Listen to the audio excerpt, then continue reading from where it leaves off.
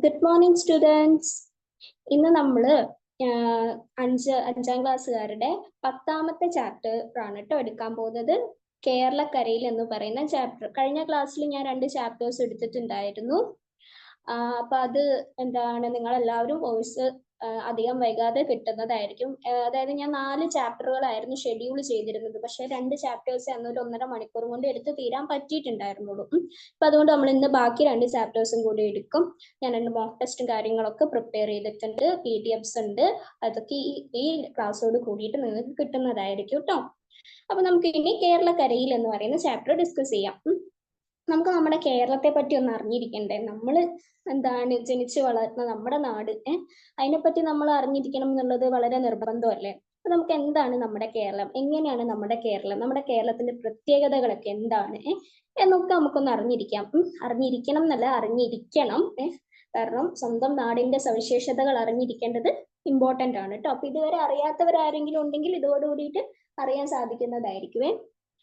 അപ്പോ ഇന്നലെ ചിങ്ങം 1 മലയാള മാസത്തിലെ പുതുവർഷം അല്ലേ? അപ്പൊ എല്ലാവർക്കും ഒരു പുതുവർഷ ആശംസകൾ നേരുന്നു. നല്ലൊരു വർഷമാവട്ടെ നമ്മുടെ മലയാള മാസത്തിൽ നോക്കുമ്പോൾ കേട്ടോ എല്ലാവർക്കും. അപ്പൊ നമുക്ക് ക്ലാസ്സിലേക്ക് കിടക്കാം. പ്രകൃതി സൗന്ദര്യത്താൽ അനുഗ്രഹീതമായ നാടാണ് കേരളം. സത്യമല്ലേ അല്ലേ? നമ്മുടെ കേരളത്തിനെ പോലെ സുന്ദരമായിട്ടുള്ള ഒരു നാട് എനിക്ക് തോന്നുന്നില്ല കേട്ടോ വേറെ എവിടെ ഉണ്ട് എന്നുള്ളത്. നമ്മുടെ ശുദ്ധമായ വെള്ളം, ശുദ്ധമായ വായു, കാര്യങ്ങളൊക്കെ എത്ര ഭംഗിയാണ്. നമ്മള് കേരളം എത്ര കണ്ടാലും മതിയാകില്ല എന്നാണ് ഇവരൊക്കെ, ഈ വിദേശികളൊക്കെ പറയുന്നത്. അത്രയ്ക്ക് രസമല്ലേ? അപ്പൊ പ്രകൃതി സൗന്ദര്യത്താൽ അനുഗ്രഹീതമായ നാടാണ് നമ്മുടെ കേരളം. കുന്നുകളും നദികളും കായലുകളും കടൽ തീരവും വൈവിധ്യമാർന്ന സസ്യജന്തുജാലങ്ങളും മിതമായ കാലാവസ്ഥയും കേരളത്തിന്റെ സവിശേഷതയാണ് അല്ലേ? നമ്മുടെ ഇവിടെയാണ് നല്ല മനോഹരമായിട്ടുള്ള കുന്നുകളും നദികളും കായലുകളും കടൽ തീരവും വൈവിധ്യമാർന്ന സസ്യജന്തുജാലങ്ങളും ഒക്കെ ഉള്ളത്. എന്ത് രസമല്ലേ നമ്മുടെ ഇവിടെ ഓരോ കാര്യങ്ങൾ കാണാനും. അങ്ങനെ ഇങ്ങനെ നമ്മുടെ വന്യജീവി സങ്കേതങ്ങളായി എന്തൊക്കെ തന്നെയാണെങ്കിലും ഭയങ്കര മനോഹരമായ ഒരു നാട് തന്നെയാണ് നമ്മുടെ. ഗോഡ്സ് ഓൺ കൺട്രി എന്ന് പറയുന്നത് വെറുതെ ഒന്നുമല്ല. പക്ഷെ ഇപ്പൊ എനിക്ക് പറയാൻ തോന്നുക ഇത് ദൈവങ്ങളുള്ള നാടാണ് എന്നുള്ളത്. അതിന്റെ കാരണം നിങ്ങൾക്ക് എല്ലാവർക്കും അറിയാം. ഓരോ ദുരന്തങ്ങൾ ഉണ്ടാവുന്ന സമയത്ത് ദൈവതുല്യരായ മനുഷ്യരാണ് ഓരോരുത്തരെയും രക്ഷപ്പെടുത്താനും അങ്ങനെ ഇങ്ങനെയൊക്കെ ആയിട്ട് വരുന്നത് അല്ലേ? അവർക്ക് ദൈവത്തിന്റെ പ്രതിനിധികളാണെന്ന് നമുക്ക് വിശ്വസിക്കാം. പിന്നെ നിരീശ്വരവാദികൾക്ക് അത് മനുഷ്യരാണ്, നന്മയുള്ള മനുഷ്യരാണ് എന്നുള്ള രീതിയിലും വിശ്വസിക്കാം. അടുത്തത്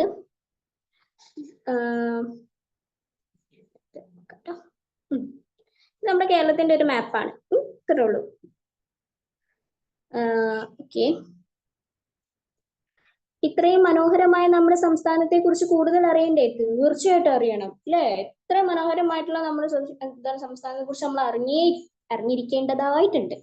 അതായത് ഇന്ത്യയുടെ തെക്കേ അറ്റത്തായി കിഴക്ക് പശ്ചിമഘട്ടത്തിലും പടിഞ്ഞാറ് അറബിക്കടലിനുമിടയിൽ സ്ഥിതി ചെയ്യുന്ന ഭൂപ്രദേശമാണ് എന്ത്?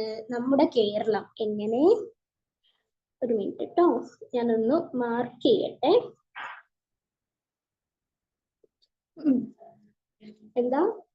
ഇന്ത്യയുടെ തെക്കേ അറ്റത്തായി കിഴക്ക് പശ്ചിമഘട്ടത്തിലും പടിഞ്ഞാറ് അറബിക്കടലിനുമിടയിൽ സ്ഥിതി ചെയ്യുന്ന ഭൂപ്രദേശമാണ് കേരള സംസ്ഥാനം എന്ന് പറയുന്നത് കേട്ടോ. ഇന്ത്യയുടെ തെക്കേ അറ്റത്തായിട്ട് നിങ്ങൾ മനസ്സിൽ ആലോചിക്കുക.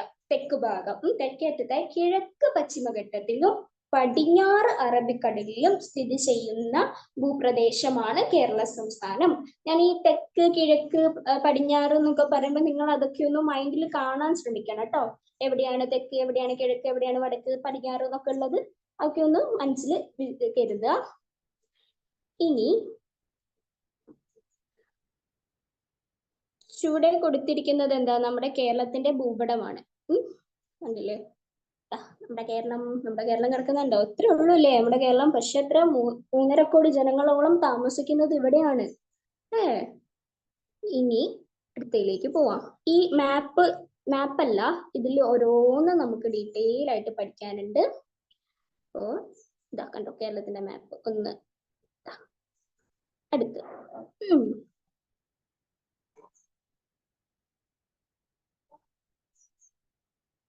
കേരളത്തിന്റെ അയൽ സംസ്ഥാനങ്ങൾ ഏതൊക്കെയാണ്? ഏതൊക്കെയാണ് കേരളത്തിന്റെ അയൽ സംസ്ഥാനങ്ങള്? ഏ ഏ ഏതൊക്കെയാണ്? ആർക്കെങ്കിലും ഒക്കെ അറിയോ? കേരളത്തിന്റെ അയൽ സംസ്ഥാനങ്ങൾ എന്ന് പറയുന്നത് എത്രയല്ല, ആകെ രണ്ട് അയൽ സംസ്ഥാനങ്ങളാണ് കേരളത്തിലുള്ളത്. ഒന്ന് തമിഴ്നാട്, ഒന്ന് കർണാടക കേട്ടോ. കേരളത്തിന്റെ അയൽ സംസ്ഥാനങ്ങളാണ് തമിഴ്നാടും കർണാടകയും. കേരളത്തിൽ എത്ര ജില്ലകളുണ്ട്? 14 ജില്ലകളാണ് നമ്മുടെ കേരളത്തിലുള്ളത്. എത്ര ജില്ലകളാണ് നമ്മുടെ കേരളത്തിലുള്ളത്? 14 ജില്ലകൾ കേട്ടോ. ഏറ്റവും ചെറിയ ജില്ല ഏത്? ഏതാണ് ഏറ്റവും ചെറിയ ജില്ല? ആലപ്പുഴ. ആലപ്പുഴയാണ് ഏറ്റവും ചെറിയ ജില്ല. അപ്പൊ കടൽ തീരമില്ലാത്ത ജില്ലകൾ ഏതൊക്കെയാണ് കടൽ തീരമില്ലാത്ത ജില്ലകള് നമ്മുടെ ഇവിടെ? ആർക്കെങ്കിലും അറിയോ കടൽ തീരമില്ലാത്ത? അതിന്റെ ഉത്തരങ്ങളൊക്കെ ഏതാ താഴെ നമുക്ക് വിശദീകരിച്ച് പഠിക്കാനുണ്ട് കേട്ടോ. വയനാടൊന്നും കടൽ തീരം ഇല്ല കേട്ടോ, നിങ്ങൾ മനസ്സിലാക്കണേ. വയനാടില്ല. പിന്നെ എന്താണ് ഇവിടെ പത്തനംതിട്ട, കോട്ടയം, ഇടുക്കി, പാലക്കാട് ഇവിടെ ഒന്നും എന്താണ് കടൽ തീരമില്ല. ഇതുപോലെ കൂടുതൽ ചോദ്യങ്ങൾ ഇതൊക്കെ കുട്ടികൾക്ക് തയ്യാറാക്കേണ്ട ഒരു ഇതാണ്. അപ്പോ ഇതൊക്കെ നമ്മൾ ഏതൊക്കെയാ? കേരളത്തിന്റെ അയൽ സംസ്ഥാനങ്ങൾ ഏതൊക്കെയാ? തമിഴ്നാട്, കർണാടക. കേരളത്തിൽ എത്ര ജില്ലകളുണ്ട്? 14 ജില്ലകൾ. ഏറ്റവും ചെറിയ ജില്ല ഏതാണ്? ആലപ്പുഴ. കടൽ തീരമില്ലാത്ത ജില്ലകൾ ഏതൊക്കെയാണ്? പത്തനംതിട്ട, കോട്ടയം, ഇടുക്കി, പാലക്കാട്, വയനാട്. ഇവിടെയൊക്കെയാണ് എന്തില്ലാത്തത്? കടൽ തീരങ്ങൾ ഇല്ലാത്തത്. അപ്പൊ നിങ്ങൾ ആലോചിക്കും മലപ്പുറത്ത് എവിടെയാലേ കടല് എന്ന്, നിലമ്പൂര് എവിടെയാലേ കടല് എന്ന്. എന്താണ് അവിടെ കടലൊന്നുമില്ല. പക്ഷെ നമുക്ക് കടലുണ്ടടാ, നമുക്ക് പൊന്നാനി. അതാണ് നമ്മുടെ കടൽ. ഇനി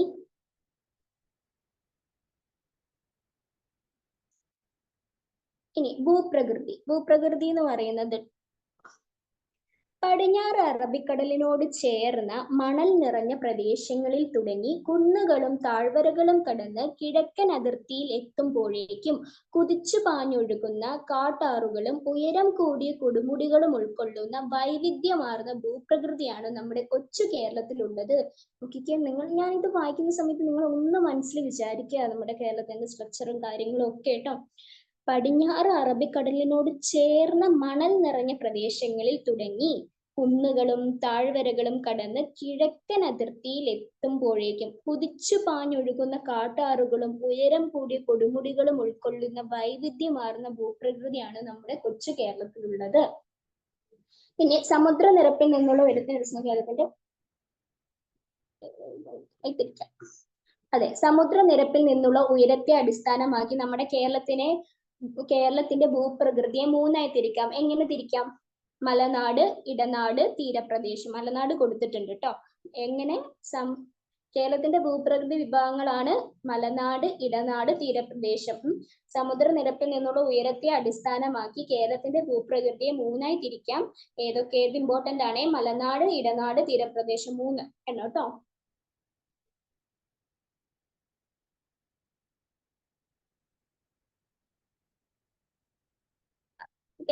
കേരള ഭൂപ്രകൃതി കേരളത്തിന്റെ ഒരു മാപ്പും കാര്യങ്ങളുമാണ് കേട്ടോ. ഇനി ഈ മാപ്പിൽ പറഞ്ഞിട്ടുള്ള ചില കാര്യങ്ങൾ നമുക്ക് വിശദീകരിച്ച് പഠിക്കാനുണ്ട്.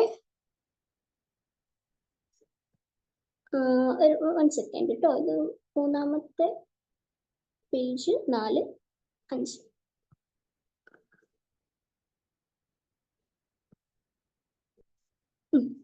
ഓക്കെ. അതിൽ ആദ്യം നമ്മൾ പഠിക്കാൻ പോകുന്നത് ഏതാണ്? മലനാടാണ് നമ്മുടെ ഫസ്റ്റ് ടോപ്പിക് കേട്ടോ. അതാ മലകൾ കണ്ടില്ലേ, മലനിരകൾ, എന്ത് ഭംഗിയല്ലേ മലനാട്. സോറി.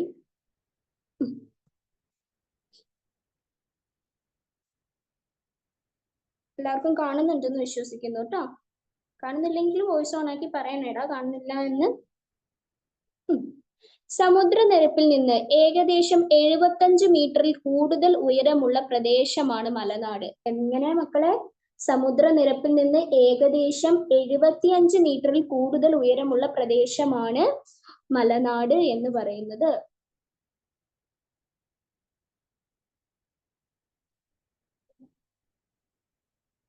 സമുദ്രനിരപ്പിൽ നിന്ന് ഏകദേശം 75 മീറ്ററിൽ കൂടുതൽ ഉയരമുള്ള പ്രദേശമാണ് മലനാട്.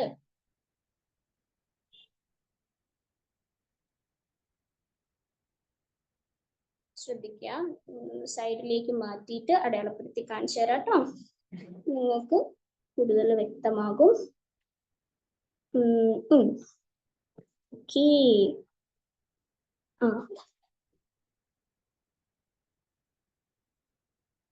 സമുദ്രനിരപ്പിൽ നിന്ന് ഏകദേശം 75 മീറ്ററിൽ കൂടുതൽ ഉയരമുള്ള പ്രദേശമാണ് എന്ത്? മലനാട് എന്ന് പറയുന്നത്. ഉയരം കൂടിയ കുന്നുകളും മലകളും ഒക്കെയുള്ള ഈ ഭൂപ്രകൃതി വിഭാഗത്തിൽ നിന്നാണ് നമ്മുടെ നദികളെല്ലാം ഉത്ഭവിക്കുന്നത്. അപ്പൊ നദികളെല്ലാം ഉത്ഭവിക്കുന്നത് എവിടെ നിന്നാണ്? മലനാടിൽ നിന്നാണ് ട്ടോ. അപ്പൊ സമുദ്രനിരപ്പിൽ നിന്ന് ഏകദേശം 75 മീറ്റർ കൂടുതൽ ഉയരമുള്ള പ്രദേശമാണ് മലനാട്. ഉയരം കൂടിയ കുന്നുകളും മലകളും ഒക്കെയുള്ള ഈ ഭൂപ്രകൃതി വിഭാഗത്തിൽ നിന്നാണ് നമ്മുടെ നദികളെല്ലാം ഉത്ഭവിക്കുന്നത്. നദികളെല്ലാം ഉത്ഭവിക്കുന്നത് എവിടെ നിന്നാണ്? മലനാടിൽ നിന്നാണ് ട്ടോ. ഈ ഭൂപ്രകൃതി വിഭാഗത്തിന്റെ ഭൂരിഭാഗവും വനങ്ങളാണ്. നമ്മളൊക്കെ മലനാട്ടിൽ, നിലമ്പൂർ ബേസ്ഡ് മലനാട്ടിലൊക്കെ ആണല്ലോ താമസിക്കുന്നത്. ഇതിൽ വേറെ ജില്ലക്കാരും ഉണ്ടാകാം. എന്തായാലും ഞാൻ എന്റെ ജില്ലയുടെ കാര്യമാണ് പറയുന്നത്. അപ്പൊ ഭൂപ്രകൃതി വിഭാഗത്തിന്റെ ഭൂരിഭാഗവും എന്താണ്? വനങ്ങളാണെന്ന് മനസ്സിലാക്കുക കേട്ടോ. അടുത്തത് സഹ്യന്റെ മടിയിൽ. എന്ത് രസാലേ പേര് കേൾക്കാൻ, സഹ്യന്റെ മടിയിൽ. ഇതൊന്ന് റൈസ് ചെയ്യട്ടെ.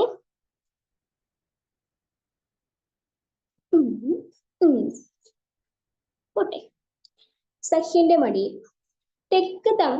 തെക്ക് തമിഴ്നാട് മുതൽ വടക്ക് ഗുജറാത്ത് വരെ വ്യാപിച്ചു കിടക്കുന്ന പശ്ചിമഘട്ട മലനിരകളുടെ ഭാഗമാണ് കേരളത്തിന്റെ മലനാട് പ്രദേശം. എങ്ങനെ? തെക്ക് തമിഴ്നാട്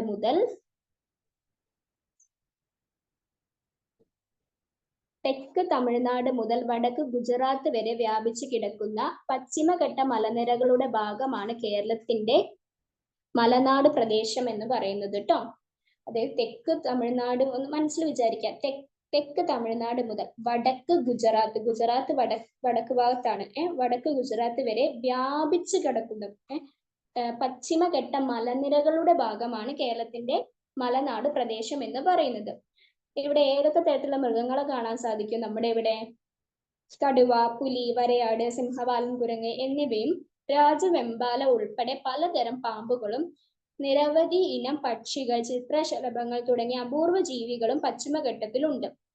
ഇപ്പൊ പശ്ചിമഘട്ടത്തിൽ കാണാൻ സാധിക്കുന്ന എന്താണ് മൃഗങ്ങൾ ഏതൊക്കെയാണ്? കടുവ, പുലി, വരയാട്, സിംഹവാലൻ, കുരങ്ങ് എന്നിവയും രാജവെമ്പാല ഉൾപ്പെടെ പലതരം പാമ്പുകൾ, നിരവധി ഇനം പക്ഷികൾ, ചിത്രശലഭങ്ങൾ തുടങ്ങി അപൂർവമായ ജീവികളും നമ്മുടെ ഈ പശ്ചിമഘട്ടത്തിൽ ഉണ്ട് എന്നാണ് പറയുന്നത് കേട്ടോ. അപൂർവ ജീവികൾ ഏതൊക്കെയായിരിക്കും അല്ലേ? എന്തെങ്കിലുമൊക്കെ കാണുമായിരിക്കും. ഇനി നമ്മുടെ ഇവിടെ കണ്ടോ, ഇതാണ് മലമുഴക്കി വേഴാമ്പൽ. ഒരു വിശ്വാസമുണ്ട്, വേഴാമ്പൽ കരഞ്ഞാൽ മഴ പെയ്യും എന്നുള്ളത്. പണ്ടത്തെ ആൾക്കാരുടെ വിശ്വാസമാണ് വേഴാമ്പൽ കരയുമ്പോൾ മഴ പെയ്യും എന്ന് ട്ടോ. പിന്നെ ഇതാ വരയാട്. വേഴാമ്പലും വരയാടുമാണ് ഈ കാണുന്നത് ട്ടോ. ചിലപ്പോൾ പെയ്യായിരിക്കും, ചിലപ്പോൾ പെയ്യില്ലായിരിക്കും. അത് ഓരോരുത്തരുടെ വിശ്വാസപ്രകാരമായിരിക്കും. മഴയ്ക്ക് വേണ്ടിയാണ് എന്താണ് വേഴാമ്പൽ കരയുക എന്നാണ് പറയുന്നത്. അടുത്തത്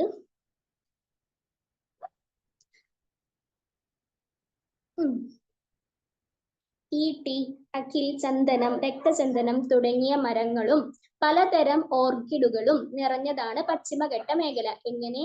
ഈട്ടി, അകിൽ, ചന്ദനം, രക്തചന്ദനം തുടങ്ങിയ മരങ്ങളും പലതരം ഓർക്കിഡുകളും നിറഞ്ഞതാണ് പശ്ചിമഘട്ടം.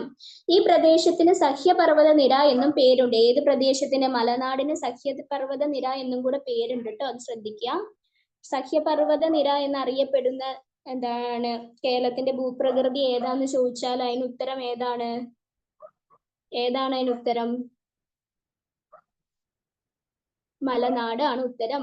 അവിടെ കാണുന്ന മരങ്ങളാണ് ഈട്ടി, അകിൽ, ചന്ദനം, രക്തചന്ദനം തുടങ്ങിയ മരങ്ങളും പലതരം ഓർക്കിഡുകളും നിറഞ്ഞതാണ് പശ്ചിമഘട്ട മേഖല. ഈ പ്രദേശത്തിന് സഹ്യപർവ്വത നിര എന്നും പേരുണ്ട്.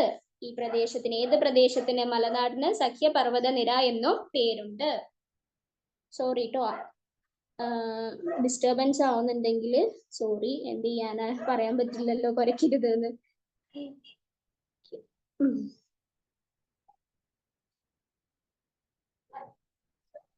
അടുത്തത് പശ്ചിമഘട്ടത്തിന്റെയും അവിടുത്തെ ജീവജാലങ്ങളുടെയും ചിത്രങ്ങൾ ഇന്റർനെറ്റിൽ നിന്നും ശേഖരിച്ച്, അത് കുട്ടികളുടെ ഒരു ഇതാണ് കേട്ടോ. നമുക്ക് ഈ ഒരാളെ നമ്മൾ ആരാന്നൊന്ന് നോക്കണേ.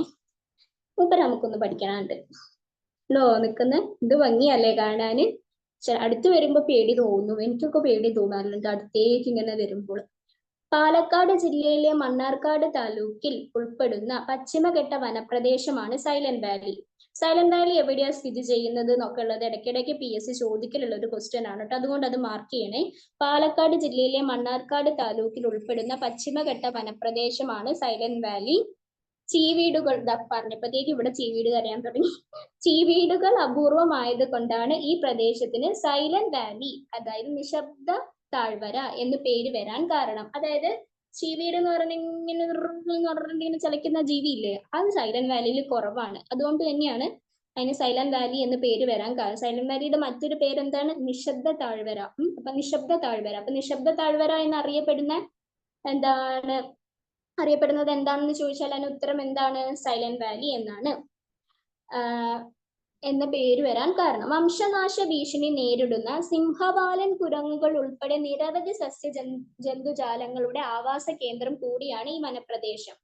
അതായത് നാശ ഭീഷണി നേരിടുന്ന ഒരു വിഭാഗമാണ് സിംഹവാലൻ കുരങ്ങുകൾ. അത് ധാരാളമായിട്ടെന്നല്ല, നിരവധി കാണുന്ന ഒരിടമാണ് എന്ത്? സൈലന്റ് വാലി എന്ന് പറയുന്ന വനപ്രദേശം. ഇത് കഴിഞ്ഞ ഇതിന് ചോദിച്ചിരുന്നു, എന്താ സെക്രട്ടേറിയറ്റിന്റെ എക്സാം അല്ലേ, അതിന് ചോദിച്ചിട്ടുണ്ടായിരുന്നു ഈ ഒരു ക്വസ്റ്റ്യന്. സിംഹവാലൻ കുരങ്ങുകൾ അപൂർവമായി കാണപ്പെടുന്ന വനപ്രദേശം ഏതാണെന്ന്. സൈലന്റ് വാലി ആണ് കേട്ടോ. അത് പറഞ്ഞപ്പോഴാ നിങ്ങൾ എല്ലാവരും കണ്ണൂർ LDCയുടെ ചോദ്യ പേപ്പർ ചെയ്ത് നോക്കിയിരുന്നോ? ചെയ്ത് നോക്കിയിട്ടില്ലെങ്കിൽ ചെയ്ത് നോക്കണം. അത്യാവശ്യം നല്ല സ്റ്റാൻഡേർഡ് ക്വസ്റ്റ്യൻ പേപ്പർ ആയിരുന്നു, നല്ല ടഫ് ആയിരുന്നു. മലയാളം പോലും ടഫായിട്ടാണ് എനിക്ക് തോന്നിയത്. അപ്പൊ നിങ്ങൾ എന്താണ് മാക്സിമം ക്വസ്റ്റ്യൻ പേപ്പർ നല്ലോണം ചെയ്യുക. ഒരു ദിവസം 10 ക്വസ്റ്റ്യൻ പേപ്പർ എങ്കിലും വർക്ക്ഔട്ട് ചെയ്യാൻ പറ്റുമെങ്കിൽ നിങ്ങൾ ചെയ്തിരിക്കുക കേട്ടോ. പിന്നെ ക്ലാസ്സസ് ഒക്കെ ഈ അയക്കുന്ന വോയിസ് ഒക്കെ ഇങ്ങനെ ഇട്ട് കാണുക. നിങ്ങൾക്ക് ഇമ്പോർട്ടന്റ് ആയിട്ട് തോന്നുന്ന നോട്ട്സുകളൊക്കെ നിങ്ങൾ എഴുതി എടുക്കുക. ജസ്റ്റ് ഇനിയിപ്പോ ഈ ഓഗസ്റ്റ് സെപ്റ്റംബർ 2 മാസം, ഓഗസ്റ്റ് ഇപ്പൊ കഴിയാനായല്ലോ. 1.5 മാസം കൂടി ഉള്ളൂ സത്യം പറഞ്ഞാൽ നമ്മുടെ കയ്യിൽ. 1.5 മാസത്തിനുള്ളിൽ നമ്മൾ വെൽ പ്രിപ്പയർഡ് ആവണം. ശ്രമിച്ചാൽ നമുക്ക് വിജയം കൈവരിക്കാൻ കഴിയുമെന്ന് നമ്മൾ ഉറപ്പുവരുത്തണം. നമുക്ക് അടുത്തതിലേക്ക് പോകാം. അടുത്ത് നമ്മൾ പറയാൻ പോകുന്നത് ഇടനാടിനെ പറ്റിയിട്ടാണ് കേട്ടോ. ഇടനാട്. അപ്പൊ മലനാടിനും തീരപ്രദേശത്തിനും ഇടയ്ക്കാണ് ഈ ഇടനാട് എന്ന് പറയുന്ന സംഭവം വരുന്നത് കേട്ടോ. ഇടനാട് സമുദ്രനിരപ്പിൽ നിന്നും 7.5 മീറ്റർ മുതൽ 75 മീറ്റർ വരെ ഉയരമുള്ള ഭൂപ്രദേശങ്ങൾ ഉൾപ്പെടുന്നതാണ് ഇടനാട്. എങ്ങനെ?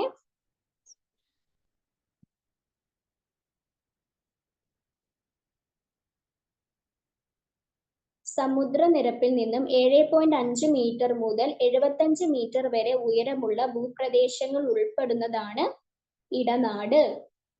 ചെറിയ കുന്നുകളും താഴ്വരകളും നദീതടങ്ങളും എല്ലാം ചേർന്നതാണ് ഇടനാട് മേഖല. എങ്ങനെ? ചെറിയ കുന്നുകളും താഴ്വരകളും നദീതടങ്ങളും എല്ലാം ചേർന്നതാണ് ഇടനാട് മേഖല എന്ന് പറയുന്നത് കേട്ടോ.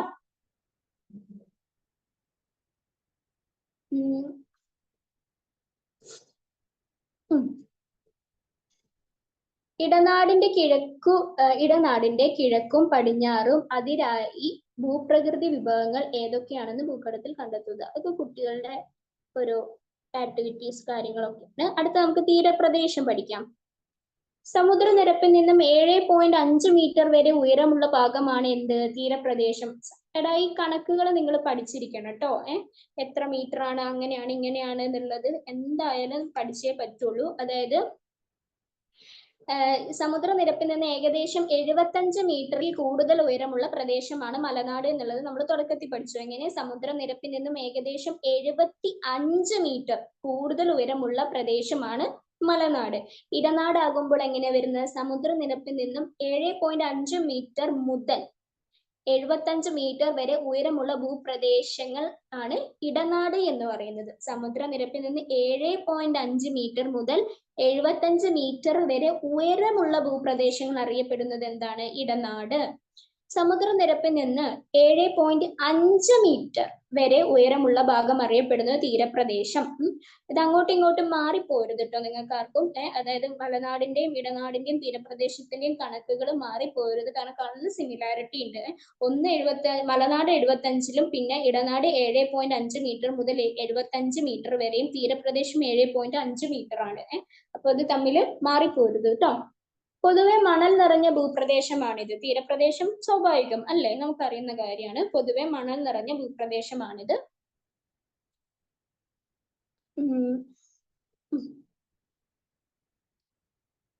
അടുത്തത് നമ്മൾ കാലാവസ്ഥയാണ് കേട്ടോ നോക്കുന്നത്. ഇതിന്റെ താഴെ എന്തെങ്കിലും ഉണ്ടായിരുന്നു ഇല്ല അല്ലെ?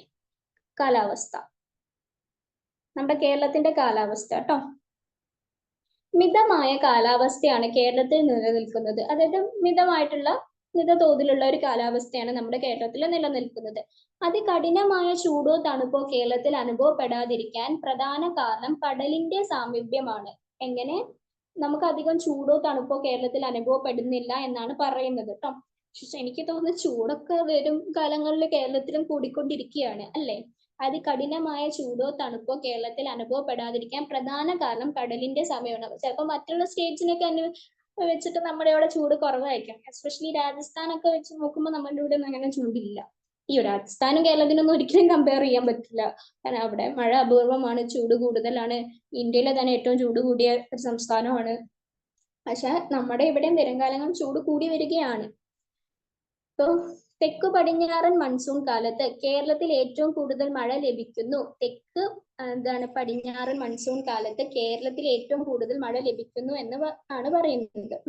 ജൂൺ മാസത്തിൽ തുടങ്ങുന്ന ഈ മഴക്കാലം ഇടവപ്പാതി കാലവർഷം എന്നിങ്ങനെ അറിയപ്പെടുന്നു. ജൂൺ മാസത്തിൽ പണ്ടൊക്കെ നമ്മൾ സ്കൂളുകളിലും കോളേജുകളിലും ഒക്കെ പോകുമ്പോൾ കൊടയൊക്കെ കൊണ്ടല്ലേ പോവുക.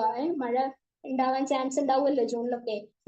അതാണ് ഈ ജൂൺ മാസത്തിൽ പെയ്യുന്ന മഴയാണ് മൺസൂൺ കാലത്ത് കേരളത്തിൽ ഏറ്റവും കൂടുതൽ മഴ ലഭിക്കുന്നു. ജൂൺ മാസത്തിൽ തുടങ്ങുന്ന ഈ മഴക്കാലം ഇടവപ്പാതി കാലവർഷം എന്നിങ്ങനെ അറിയപ്പെടുന്നു. അങ്ങനെ ഇടവപ്പാതി കാലവർഷം എന്നിങ്ങനെ അറിയപ്പെടുന്നു എന്നാണ് പറയുന്നത് കേട്ടോ.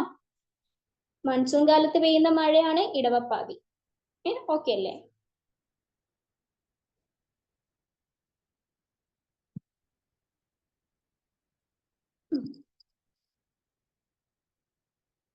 വടക്കു കിഴക്കൻ മൺസൂൺ മഴക്കാലം തുലാവർഷം എന്ന് അറിയപ്പെടുന്നു. വടക്കു കിഴക്കൻ മൺസൂൺ മഴക്കാലം എങ്ങനെയാണ് അറിയപ്പെടുന്നത്? തുലാവർഷം എന്നാണ് അറിയപ്പെടുന്നത്.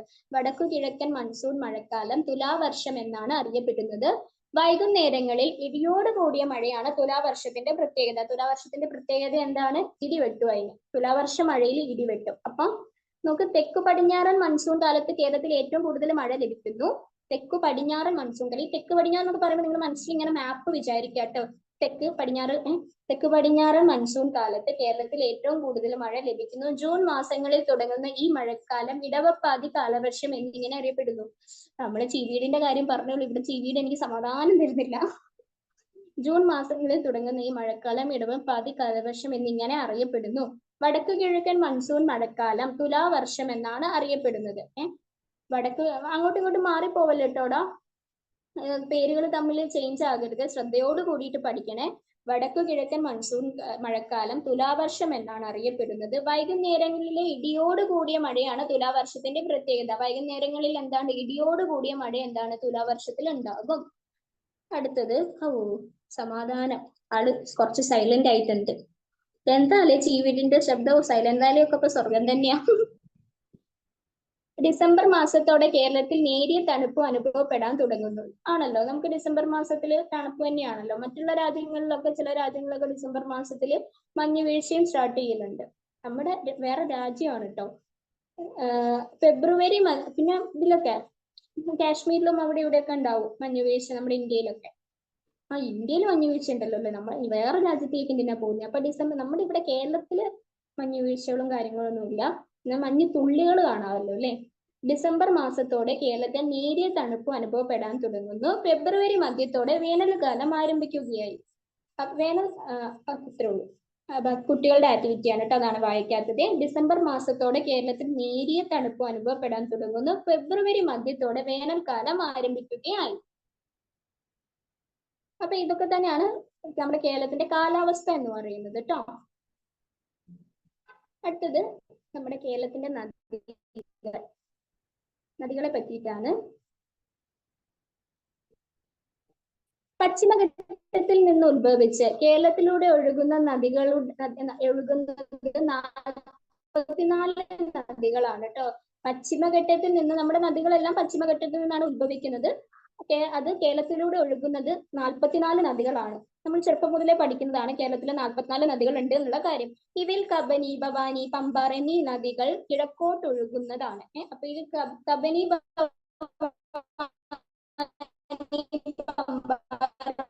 എങ്ങോട്ടാണ് അവർ കിഴക്കുകാരാണ്. എന്താണ് കിഴക്കുകാര് 3 പേരാണ്, കബനി, ഭവാനി, പമ്പ. അവരൊക്കെ കിഴക്കോട്ടാണ് ഒഴുകുന്നത്. ബാക്കി എല്ലാവരും എന്താണ് പെരിയാർ. ജസ്റ്റ് മിനിറ്റ് കേട്ടോ. ബാക്കി 41 നദികളും ഇതിവിടെ രേഖപ്പെടുത്തിയിട്ടില്ലെന്ന് തോന്നുന്നു. അതുകൊണ്ടാണ് എന്റെ ഒരു ഓർമ്മയിൽ നിന്ന് ഞാൻ പറയാണ്. ബാക്കി 41 നദികളും പടിഞ്ഞാറോട്ടാണ് ഒഴുകുന്നത്. പടിഞ്ഞാറോട്ട് തന്നെയാണ്, പടിഞ്ഞാറോട്ടാണ് ഒഴുകുന്നത്. അപ്പം പശ്ചിമഘട്ടത്തിൽ നിന്ന് ഉത്ഭവിച്ച് കേരളത്തിലൂടെ ഒഴുകുന്നത് 44 നദികളാണ്. ഇവയിൽ കബനി, ഭവാനി, പമ്പാർ എന്നീ നദികൾ കിഴക്കോട്ടാണ് ഒഴുകുന്നത്. പെരിയാറാണ് കേരളത്തിലെ ഏറ്റവും നീളം കൂടിയ നദി. അപ്പൊ അതൊരു ക്വസ്റ്റ്യൻ ആണ്. കേരളത്തിലെ ഏറ്റവും നീളം കൂടിയ നദി ഏതാന്ന് ചോദിച്ചാൽ ഏതാണ്? പെരിയാറാണ് കേട്ടോ. മറക്കരുതേ, പെരിയാറാണ്. ചിലരൊക്കെ ബ്രഹ്മപുത്ര എന്നൊക്കെ ഇവര് ഇതിൽ കൊടുക്കും ഇതില്ല, പക്ഷെ ഒരിക്കലും ബ്രഹ്മപുത്ര അല്ല കേട്ടോ. ബ്രഹ്മപുത്ര നമ്മുടെ ഇവിടെ അല്ല. പെരിയാറാണ് കേരളത്തിലെ ഏറ്റവും നീളം കൂടിയ നദി. സാമൂഹ്യ ശാസ്ത്ര എന്താണ് സാമൂഹ്യ ശാസ്ത്ര ലാബിലെ രൂപടങ്ങൾ രക്ഷിച്ച കുട്ടികളുടെ വർക്കാണ് മക്കളെ.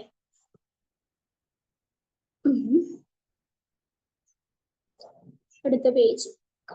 അയ്യോ, നോക്കിക്കേ, മാലിന്യങ്ങള് ഇത്രയേറെ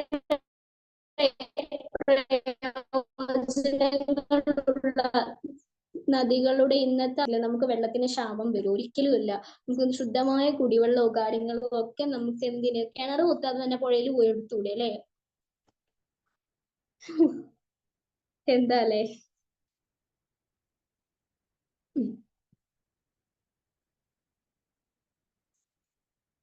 കേരളത്തിലെ നദികൾ ഇന്ന് മലിനീകരണ ഭീഷണി നേരിടുകയാണ്. സത്യമാണ്, കേരളത്തിലെ നദികൾ ഇന്ന് മലിനീകരണ ഭീഷണിയിൽ തന്നെയാണ്.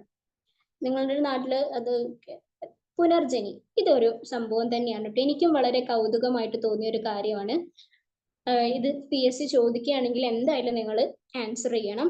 1/4 നൂറ്റാണ്ട് മുമ്പ് വറ്റി വരണ്ടു പോയ അട്ടപ്പാടിയിലെ കൊടുങ്ങരപ്പള്ളം പുഴ അതിന്റെ ഒഴുക്ക് വീണ്ടെടുത്തുകൊണ്ടിരിക്കുന്നു. തമിഴ്നാട് അതിർത്തിയിലെ പെരുമാൾമുടിയിൽ നിന്ന് ഉത്ഭവിച്ച് ഭവാനി പുഴയിൽ എത്തിച്ചേരുന്ന പുഴയാണ് കൊടുങ്ങരപ്പള്ളം പുഴ. വനനശീകരണമാണ് പുഴയുടെ നാശത്തിന് വഴി തെളിയിച്ചത്. മഴക്കുഴികൾ, തടയണകൾ എന്നിവയുടെ നിർമ്മാണം, കാട് വെച്ചു പിടിപ്പിക്കൽ തുടങ്ങിയ പ്രവർത്തനങ്ങൾ മൂലം പുഴ നീരൊഴുക്ക് വീണ്ടെടുത്ത് അട്ടപ്പാടി പ്രദേശത്തു കൂടി വീണ്ടും ഒഴുകിക്കൊണ്ടിരിക്കുന്നു. ഞാൻ കഴിഞ്ഞ ക്ലാസ്സിൽ തണ്ണീർത്തടങ്ങൾ പഠിപ്പിച്ച സമയത്ത് നിങ്ങളോട് പറഞ്ഞിരുന്നു, വീട് നിർമ്മിക്കുമ്പോൾ മഴക്കുഴികൾ നിർബന്ധമാക്കിയ സംസ്ഥാനം ഏതാണെന്ന്? തമിഴ്നാട്. അതുകൊണ്ടൊക്കെ തന്നെയാണ് പിന്നെ മഴക്കുഴികളും തടയണകളും ഒക്കെ നിർമ്മിച്ചത് കൊണ്ടാണ് എന്താ ഈ ഒരു പുഴ വീണ്ടും ഒഴുകാൻ തുടങ്ങിയത്. അപ്പൊ ഇത് സംഭവം തന്നെയല്ലേ, ഒരു പുഴയെ വീണ്ടും പുനർജനിപ്പിക്കുകയാണ് ചെയ്തത്. അപ്പൊ നമ്മൾ വിചാരിച്ച് നടക്കാവുന്ന കാര്യങ്ങളല്ലേ ഉള്ളൂ ഇത്. മലിനീകരണം തടയുക, അതേപോലെ തന്നെ വറ്റി വരേണ്ട ഒരു പുഴയെ തിരിച്ചു കൊണ്ടുവരാൻ കഴിഞ്ഞെങ്കിൽ നമുക്ക് നമ്മുടെ പുഴകളെ സംരക്ഷിക്കാൻ ഒരു പണിയുമില്ല. നമുക്ക് ഇത്ര ശുദ്ധജലമാണ് നമ്മൾ ഈ മലിനീകരണപ്പെടുത്തുന്നതെന്ന് ആലോചിച്ചൊക്കെ. നമ്മളെന്ന് പറയുന്നത് നമ്മൾ ഉൾപ്പെടെ അതിൽ പങ്കാളികളാണ്. അതുകൊണ്ട് തന്നെയാണ് കേട്ടോ. അടുത്തത് കായലുകൾ. കടലിനോട് ചേർന്ന് കാണപ്പെടുന്ന വലിയ ജലാശയങ്ങളാണ് കായലുകൾ. കടലിനോട് ചേർന്നാണ് കായലുകൾ കാണപ്പെടുന്നത്. ആലപ്പുഴ, കോട്ടയം, എറണാകുളം ജില്ലകളിലായി വ്യാപിച്ചു കിടക്കുന്ന വേമ്പനാട്ട് കായൽ കേരളത്തിലെ ഏറ്റവും വലിയ കായലാണ് കേട്ടോ. കടലിനോട് ചേർന്ന് കാണപ്പെടുന്ന വലിയ ജലാശയങ്ങളാണ് കായലുകള്. ആലപ്പുഴ, കോട്ടയം, എറണാകുളം ജില്ലകളിലായി വ്യാപിച്ചു കിടക്കുന്ന വേമ്പനാട്ട് കായൽ കേരളത്തിലെ ഏറ്റവും വലിയ കായലാണ്. മത്സ്യബന്ധനം, കക്കവാരൽ, കയർ വ്യവസായം, വിനോദസഞ്ചാരം എന്നിവയ്ക്ക് വേണ്ടി കായലുകൾ പ്രയോജനപ്പെടുത്തുന്നു. എന്തിനൊക്കെയാണ് കായലുകൾ പ്രയോജനപ്പെടുത്തുന്നത്? മത്സ്യബന്ധനം, കക്കവാരൽ, കയർ വ്യവസായം, വിനോദസഞ്ചാരം എന്നിവയ്ക്ക് വേണ്ടി കായലുകൾ പ്രയോജനപ്പെടുത്തുന്നു. അടുത്തത് നമ്മൾ തടാകങ്ങളെ പറ്റി ഡീറ്റെയിൽ ആയിട്ട് എന്താണ് 2 ദിവസത്തെ മുന്നത്തെ ക്ലാസ്സിൽ പഠിച്ചിരുന്നു കേട്ടോ. ഇവിടെ ചെറിയ തോതിലേ കൊടുത്തിട്ടുണ്ടാവുള്ളൂ. കരയാൽ ചുറ്റപ്പെട്ട വലിയ ജലാശയങ്ങളാണ് തടാകങ്ങൾ. എങ്ങനെ? കരയാൽ ചുറ്റപ്പെട്ട വലിയ ജലാശയങ്ങളാണ് തടാകങ്ങൾ. കൊല്ലം ജില്ലയിലെ ശാസ്താംകോട്ട തടാകമാണ് സംസ്ഥാനത്തെ ഏറ്റവും വലിയ ശുദ്ധജല തടാകം. സംസ്ഥാനത്തെ ഏറ്റവും വലിയ ശുദ്ധജല തടാകം ഏതാണെന്ന് ചോദിച്ചാല് ഏതാണ്? ശാസ്താംകോട്ടയാണ് കേട്ടോ. ഈ കൺഫ്യൂഷൻ ഫാക്ടേഴ്സ് വരുന്നത് എന്താണെന്ന് അറിയാം. വേമ്പനാട് കായലല്ല, നമുക്ക് എന്താണ് ശാസ്താംകോട്ട, അഷ്ടമുടി കായല്, ശാസ്താംകോട്ട തടാകം, അങ്ങനെ ഇങ്ങനെ പറഞ്ഞിട്ട് ഓപ്ഷൻ വരും. അപ്പോഴെന്താ, ഈ അഷ്ടമുടി എന്ന് പറയുന്ന സംഭവം നമ്മളെ കൺഫ്യൂഷൻ ആക്കും. അഷ്ടമുടിയാണോ ശാസ്താംകോട്ടയാണോ, ആകെ കൺഫ്യൂഷൻ വരുത്തും. പക്ഷെ ശാസ്താംകോട്ടയാണ് നിങ്ങൾ മനസ്സിൽ അങ്ങോട്ട് ഉറപ്പിക്കുക. അതായത് ഈ ഓപ്ഷനിൽ ഇവര് കൊണ്ടുപോയിട്ട് എന്താ ചെയ്യുക, ഇത് വിട്ടുവെക്കും. ഏത്? കായലുകൾ വിട്ടുവെക്കും, തടാകങ്ങൾ വിട്ടുവെക്കും. അപ്പൊ ശാസ്താംകോട്ട എന്ന് പറയുന്ന കായലല്ല, തടാകമാണ് എന്നുള്ളത് നിങ്ങൾ മനസ്സിൽ ഉറപ്പിക്കുക കേട്ടോ. അപ്പൊ ഏറ്റവും വലിയ ശുദ്ധജല തടാകം ഏതാണെന്ന് ചോദിച്ചു കഴിഞ്ഞാൽ ഏതാണ്? ശാസ്താംകോട്ട തടാകമാണ് കേട്ടോ. അതാണ് കണ്ടോ, കായലുകളും തടാകങ്ങളും ഒട്ടനവധി പ്രശ്നങ്ങൾ നേരിടുന്നത് എന്തെല്ലാം. അതായത് ഈ കായലുകളെയും തടാകങ്ങളെയും ഓപ്ഷനിൽ ഒന്നിച്ചു കൊടുക്കും. അപ്പൊ നമ്മൾ ക്വസ്റ്റ്യൻ ശ്രദ്ധിച്ച് വായിച്ചിട്ടില്ലെങ്കിൽ പണി പാളും. അപ്പൊ അതുകൊണ്ട് ശാസ്താംകോട്ട എന്ന് പറയുന്നത് തടാകമാണ് എന്ന് നിങ്ങൾ മനസ്സിൽ ഉറപ്പിക്കുക. നദികളും കായലുകളും തടാകങ്ങളും കേരളീയരുടെ ജീവിതവുമായി ഏറെ ബന്ധപ്പെട്ടിരിക്കുന്നു. അതെ, സത്യമാണ്. ചരിത്രപരമായും സാംസ്കാരികപരമായും പ്രാധാന്യമർഹിക്കുന്ന പല സ്ഥലങ്ങളും നദീതീരങ്ങളിലാണ് സ്ഥിതി ചെയ്യുന്നത്. ചരിത്രപരമായും സാംസ്കാരികപരമായും പ്രാധാന്യം അർഹിക്കുന്ന പല സ്ഥലങ്ങളും നമ്മുടെ നദീതീരങ്ങളിലാണ് സ്ഥിതി ചെയ്യുന്നത് എന്നാണ് പറയുന്നത്. നമ്മുടെ നാടിന്റെ സാംസ്കാരികവുമായി ഇടപെടുന്ന ചേർന്ന് ജലാശയം സംഭരിക്കേണ്ടതാണ് കുട്ടികളുടെ വർക്കാണ്. കൃഷിയും ജലജീവിതവും. കേരളം ഒരു കാർഷിക പ്രാധാന്യമുള്ള സംസ്ഥാനമാണ്. അതെ, നമ്മുടെ കേരളം ഒരു കാർഷിക പ്രാധാന്യമുള്ള സംസ്ഥാനമാണ്. വളക്കൂറുള്ള മണ്ണും ധാരാളമായി ലഭിക്കുന്ന മഴയും കേരളത്തിൽ കൃഷിക്ക് അനുകൂലമായ സാഹചര്യം ഒരുക്കുന്നു. നമ്മുടെ ഇവിടെ വളരെ വളക്കൂറുള്ള മണ്ണാണെന്നാണ് പറയുന്നത്. പിന്നെ സമയത്ത് കിട്ടുന്ന മഴകളും കാര്യങ്ങളും കൊണ്ടൊക്കെ എന്താണ്, നമ്മുടെ കൃഷിക്ക് അനുകൂലമായ ഒരു സാഹചര്യം ഉണ്ടാവുന്നു എന്നാണ് പറയുന്നത്. അങ്ങനെയായിരുന്നു. പക്ഷെ ഇന്നിപ്പോ മഴ കാലം തെറ്റി പെയ്യുന്നു, കൃഷി നാശമാണ് വരുത്തുന്നത്. അതൊക്കെ പ്രകൃതിയെ ദുരുപയോഗം ചെയ്യുന്നതിന്റെ ഓരോ സൂചനകളാണ്.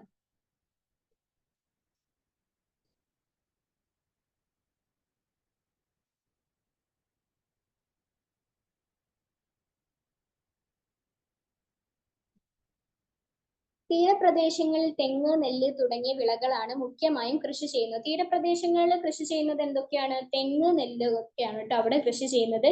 ഇവിടുത്തെ കായലുകൾ മത്സ്യകൃഷിക്ക് വ്യാപകമായി ഉപയോഗിക്കപ്പെടുന്നു. തീരദേശ പ്രദേശങ്ങളിലെ കായലുകൾ മത്സ്യകൃഷിക്ക് വേണ്ടിയിട്ട് വ്യാപകമായി ഉപയോഗിക്കപ്പെടുന്നു എന്നാണ് പറയുന്നത്. എന്നാൽ ഇടനാട്ടിൽ എത്തുമ്പോഴേക്കും വൈവിധ്യമാർന്ന വിളകൾ കൃഷി ചെയ്യുന്നതായി കാണാം. ഇടനാട്ടിൽ വൈവിധ്യമാർന്ന കൃഷി രീതിയാണ് കേട്ടോ.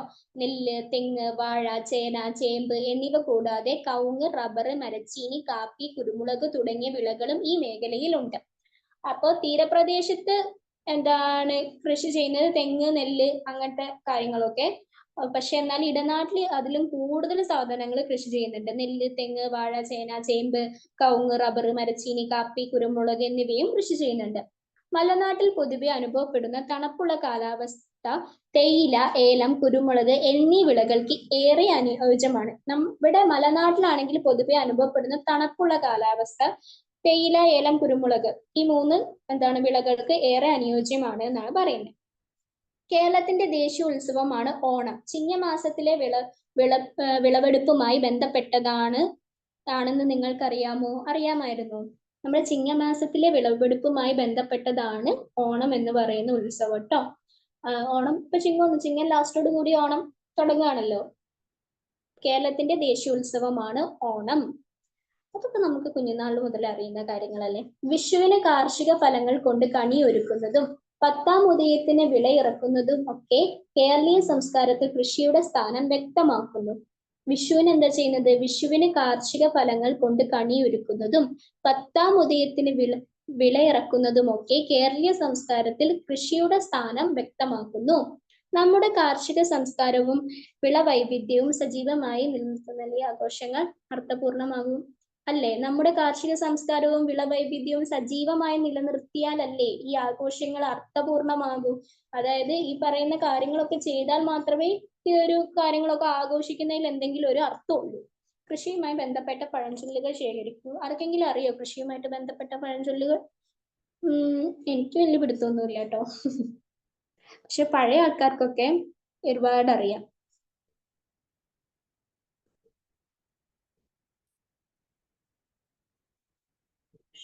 വിട പറയുന്ന വിളവൈവിധ്യം.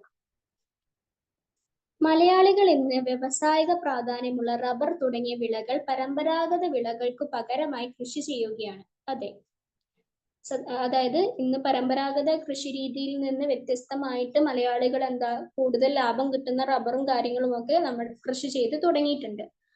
ഉയർന്ന വിദ്യാഭ്യാസം ലഭിക്കുന്നതോടെ യോഗ്യത അനുസരിച്ചുള്ള തൊഴിൽ തേടി പോകുന്നവരുടെ എണ്ണം കൂടുന്നു. നമ്മൾ വിദ്യാഭ്യാസത്തിനനുസരിച്ച് നമ്മൾ ജോലി തേടി പോകുന്നു. ഇത് യുവാക്കളിൽ കൃഷിയോടുള്ള അഭിമുഖ്യത്തിൽ കാര്യമായ മാറ്റം വരുത്തുന്നുണ്ട്. അതായത് അതായത് നമ്മുടെ വിദ്യാഭ്യാസത്തിനനുസരിച്ചുള്ള ജോലി തേടി പോകുന്നത് കൊണ്ട് തന്നെ യുവാക്കൾ കൃഷിയിലേക്കൊന്നും അധികം ശ്രദ്ധിക്കാതെ പോകുന്നു. കൂടാതെ പരമ്പരാഗത വിളകൾ കൃഷി ചെയ്യുന്നതിനുള്ള താല്പര്യക്കുറവും ഇത് കേരളത്തിലെ ഒരു പ്രശ്നമായി മാറിയിട്ടുണ്ട്. ഇതൊരു മാറ്റം വരേണ്ടതല്ലേ? ചർച്ച ചെയ്യൂ. അതെ, ജോലി കിട്ടി എന്ന് വിചാരിച്ചിട്ട് ആ ജോലി മാത്രമേ ചെയ്യുള്ളൂ. നമുക്ക് ശനികളിലും ഞായറാഴ്ചകളിലും ഒക്കെ എന്താണ് ലീവ് ആയിരിക്കുമല്ലോ. ഇനിയിപ്പോ ശനിയാഴ്ച കിട്ടിയില്ലെങ്കിൽ ഞായറാഴ്ച ലീവ് ഉണ്ടാകുമല്ലോ. ജോലി സംബന്ധമായിട്ട് എന്തായാലും ഞായറാഴ്ച ഒരു ദിവസം ലീവ് കൊടുക്കുന്നുണ്ടാവും. ആ സമയങ്ങളിൽ കുറച്ചൊക്കെ നമ്മുടെ മണ്ണിലേക്ക് നമുക്ക് ഇറങ്ങി ചെല്ലാവുന്നതാണ്. നമ്മളെ കൊണ്ട് കഴിയുന്നത് നമ്മുടെ വീട്ടിൽ നട്ടുപിടിപ്പിക്കാവുന്നതാണ്.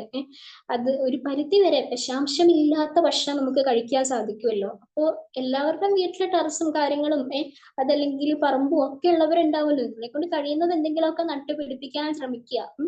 അത് എന്താണ് വ്യാപകമായ നിങ്ങൾക്ക് അതിൽ നിന്ന് വിറ്റ് പൈസ ഉണ്ടാക്കാൻ സാധിക്കുന്നതായിരിക്കും നിങ്ങളുടെ ജോലിയുടെ പുറമെ. അപ്പൊ യുവാക്കളിൽ കൃഷി താല്പര്യം കുറയുന്നു എന്നുള്ളത് സത്യം. അത് കൃഷി എന്തോ ഒരു മോശപ്പെട്ട തൊഴിലാണ് എന്ന് ആണ് എല്ലാവരും, അതായത് ഒരു കുറച്ചിലായിട്ടാണ് കാണുന്നത്. പക്ഷെ ഒന്ന് ചിന്തിക്കൂ, ഭക്ഷ്യം കൊടുക്കുന്നത്, അതായത് ഭക്ഷിക്കാൻ കൊടുക്കുന്നത് എങ്ങനെ മോശപ്പെട്ട ഒരു കാര്യമാകും? അപ്പോ എല്ലാവരും അവനവനെ കൊണ്ട് കഴിയുന്ന രീതിയിൽ എന്തെങ്കിലുമൊക്കെ ചെയ്യാൻ ശ്രമിക്കുക കേട്ടോ. ഇവിടെ ഇപ്പൊ എന്റെ വീട്ടിലെ എന്റെ അച്ഛനാണ് കൃഷികളും കാര്യങ്ങളും ഒക്കെ നോക്കി നടത്തുന്നതും. അങ്ങനെ ഇങ്ങനെ ഫ്രീ ടൈമിലൊക്കെ ഞങ്ങളും എന്തെങ്കിലുമൊക്കെ തോതിൽ ഇവിടെ ചെറിയ തോതിൽ വീട്ടിൽ ഉൽപ്പാദിപ്പിക്കുന്നുണ്ട്. മണ്ണിലേക്ക് ഇറങ്ങണം എന്നല്ലേ പറയുന്നത്? നമ്മൾ മണ്ണിലേക്ക് ഇറങ്ങി നോക്കാം. നമുക്കും അറിയണ്ടേ ഇതിന്റെ സുഖവും സന്തോഷവും എത്രയൊക്കെയാണ്.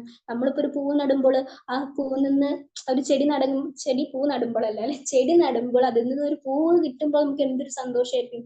അതിന് പകരം നമ്മളൊരു ഭക്ഷ്യവസ്തു നടുമ്പോൾ അതിൽ നിന്ന് നമുക്ക് ഭക്ഷിക്കാൻ കിട്ടുന്നത്, കഴിക്കാൻ കിട്ടുന്നത്, അതെന്തൊരു സന്തോഷം നിറഞ്ഞൊരു കാര്യമാണ്. എന്റെ കൃഷിത്തോട്ടം നിങ്ങളുടെ വീട്ടു പരിസരത്തും സ്കൂൾ പരിസരം പണ്ടൊക്കെ നമുക്ക് സ്കൂളുകളിൽ നിന്ന് ജൂൺ 5-ാം തീയതി ഇത് കിട്ടുമായിരുന്നു, എൻവയോൺമെന്റ് ഡേയുടെ അന്ന് തൈകൾ എന്തെങ്കിലുമൊക്കെ കിട്ടുമായിരുന്നില്ലേ? ഇപ്പോഴും അത് കൊടുക്കുന്നുണ്ടെന്ന് തോന്നുന്നു അല്ലെ? സ്കൂളുകളിൽ എന്തായാലും കൊടുക്കുന്നുണ്ടാവും. ഇത് കുട്ടികൾക്കുള്ള വീട്ടുപരിസരത്ത് കൃഷിത്തോട്ടങ്ങളും കാര്യങ്ങളൊക്കെ. ഇത് അടുത്തത് ഗതാഗതം. കേരളത്തിൽ ഓരോ ഭൂപ്രകൃതി വിഭാഗത്തെയും അനുയോജ്യമായ ഗതാഗത മാർഗങ്ങളാണ് രൂപപ്പെട്ടിട്ടുള്ളത്. എങ്ങനെ? കേരളത്തിൽ ഓരോ ഭൂപ്രകൃതി വിഭാഗത്തിനും അനുയോജ്യമായ ഗതാഗതമാണ് ഉള്ളത് കേട്ടോ. കായലുകൾ, തടാകങ്ങൾ, നദീമുഖങ്ങൾ എന്നിവ നിറഞ്ഞ തീരപ്രദേശത്ത് ജലഗതാഗത മാർഗത്തിന് ഏറെ പ്രാധാന്യമുണ്ട്. കായലുകളും തടാകങ്ങളും നദീമുഖങ്ങളും എന്നിവ നിറഞ്ഞ തീരപ്രദേശത്തിന് ജലഗതാഗത മാർഗത്തിന് ഏറെ പ്രാധാന്യമുണ്ട് എന്നാണ് പറയുന്നത് കേട്ടോ. തിരുവനന്തപുരം മുതൽ ഹോസ്ദുർഗ് വരെ നീളുന്ന ജലപാത നമുക്കുണ്ട്. എവിടം വരെ? തിരുവനന്തപുരം മുതൽ ഹോസ്ദുർഗ് വരെ നീളുന്ന ജലപാത നമുക്കുണ്ട്. മത്സ്യബന്ധനം, ഗതാഗതം, രാജ്യരക്ഷ തുടങ്ങിയവയ്ക്ക് പ്രയോജനപ്പെടുന്ന തുറമുഖങ്ങളും വികസിച്ചിട്ടുണ്ട്.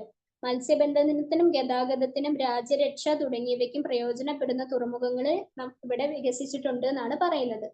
കായലുകൾക്ക് കുറുകെ പാലങ്ങൾ വന്നതോടെ തീരപ്രദേശത്തു കൂടി റെയിൽപാതകളും ദേശീയപാതകളും കേരളത്തിൽ ഉണ്ടായി. കായലുകൾക്ക് കുറുകെ പാലങ്ങൾ വന്നതോട് കൂടിയിട്ട് നമ്മുടെ ഇവിടെ എന്തായി? തീരപ്രദേശത്തോടു കൂടി റെയിൽപാതങ്ങളും പിന്നെ ദേശീയപാതകളും ഒക്കെ വരികയുണ്ടായി. ഇടനാട്ടിലും മലനാട്ടിലും റോഡ് ഗതാഗതമാണ് കൂടുതലുള്ളത്. ആണ്. ഇവിടെ എൻ്റെ വീടിന്റെ തൊട്ടു മുന്നിലാണ് മലയോരം ഹൈവേ ഉള്ളത്. അപ്പോൾ ഇടനാട്ടിലും മലനാട്ടിലും റോഡ് ഗതാഗതമാണ് കൂടുതലുള്ളത്. പശ്ചിമഘട്ടത്തിലെ ചുരങ്ങൾ വഴി പശ്ചിമഘട്ടത്തിലെ ചുരങ്ങൾ വഴി തമിഴ്നാട്ടിലേക്കും കർണാടകത്തിലേക്കും ഈ പാതകൾ നീളുന്നു. എങ്ങനെ? പശ്ചിമഘട്ടത്തിലെ ചുരങ്ങൾ വഴി തമിഴ്നാട്ടിലേക്കും കർണാടകത്തിലും ഈ പാതകൾ നീളുന്നു എന്നാണ് പറയുന്നത്. തിരുവനന്തപുരം, കൊച്ചി, കോഴിക്കോട് എന്നീ അന്താരാഷ്ട്ര വിമാനത്താവളങ്ങളിൽ നിന്നും ഇന്ത്യയുടെ വിവിധ ഭാഗങ്ങളിലേക്കും നിരവധി വിദേശ രാജ്യങ്ങളിലേക്കും വിമാന സർവീസുകൾ ഉണ്ട്. തിരുവനന്തപുരം, കൊച്ചി, കോഴിക്കോട് എന്നീ അന്താരാഷ്ട്ര വിമാനത്താവളങ്ങളിൽ നിന്നും. അപ്പൊ നിങ്ങൾ മനസ്സിലാക്കുക, തിരുവനന്തപുരം, കൊച്ചി, കോഴിക്കോട് ഇത് 3 അന്താരാഷ്ട്ര വിമാനത്താവളങ്ങളാണ് കേട്ടോ. അന്താരാഷ്ട്ര വിമാനത്താവളങ്ങളിൽ നിന്നും ഇന്ത്യയുടെ വിവിധ ഭാഗങ്ങളിലേക്കും നിരവധി വിദേശ രാജ്യങ്ങളിലേക്കും വിമാന സർവീസുകൾ ഉണ്ട്. ഇന്ത്യ കേരളത്തിന്റെ ഒരു മാപ്പാണ്.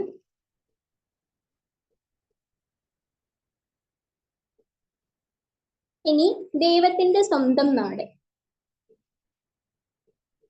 ഹരിതാപമായ പർവ്വതങ്ങളും മലകളും നിറഞ്ഞ ഭൂപ്രകൃതി, ധാരാളമായി ലഭിക്കുന്ന മഴ, അനേകം നദികൾ, സുഖകരമായ കാലാവസ്ഥ, ഉയർന്ന സാക്ഷരതയും സംസ്കാരവുമുള്ള ജനത, ഇത്രയേറെ സമ്പന്നമായ നമ്മുടെ കേരളത്തിന്റെ വൈവിധ്യവും വികസന സമ്പത്തും വരും തലമുറയ്ക്കായി കാത്തു സൂക്ഷിക്കേണ്ടത് നാം ഓരോരുത്തരുടെയും കടമയാണ്. അതിനു വേണ്ടിയുള്ള പ്രവർത്തനം നമുക്ക് പങ്കാളികളാകാം.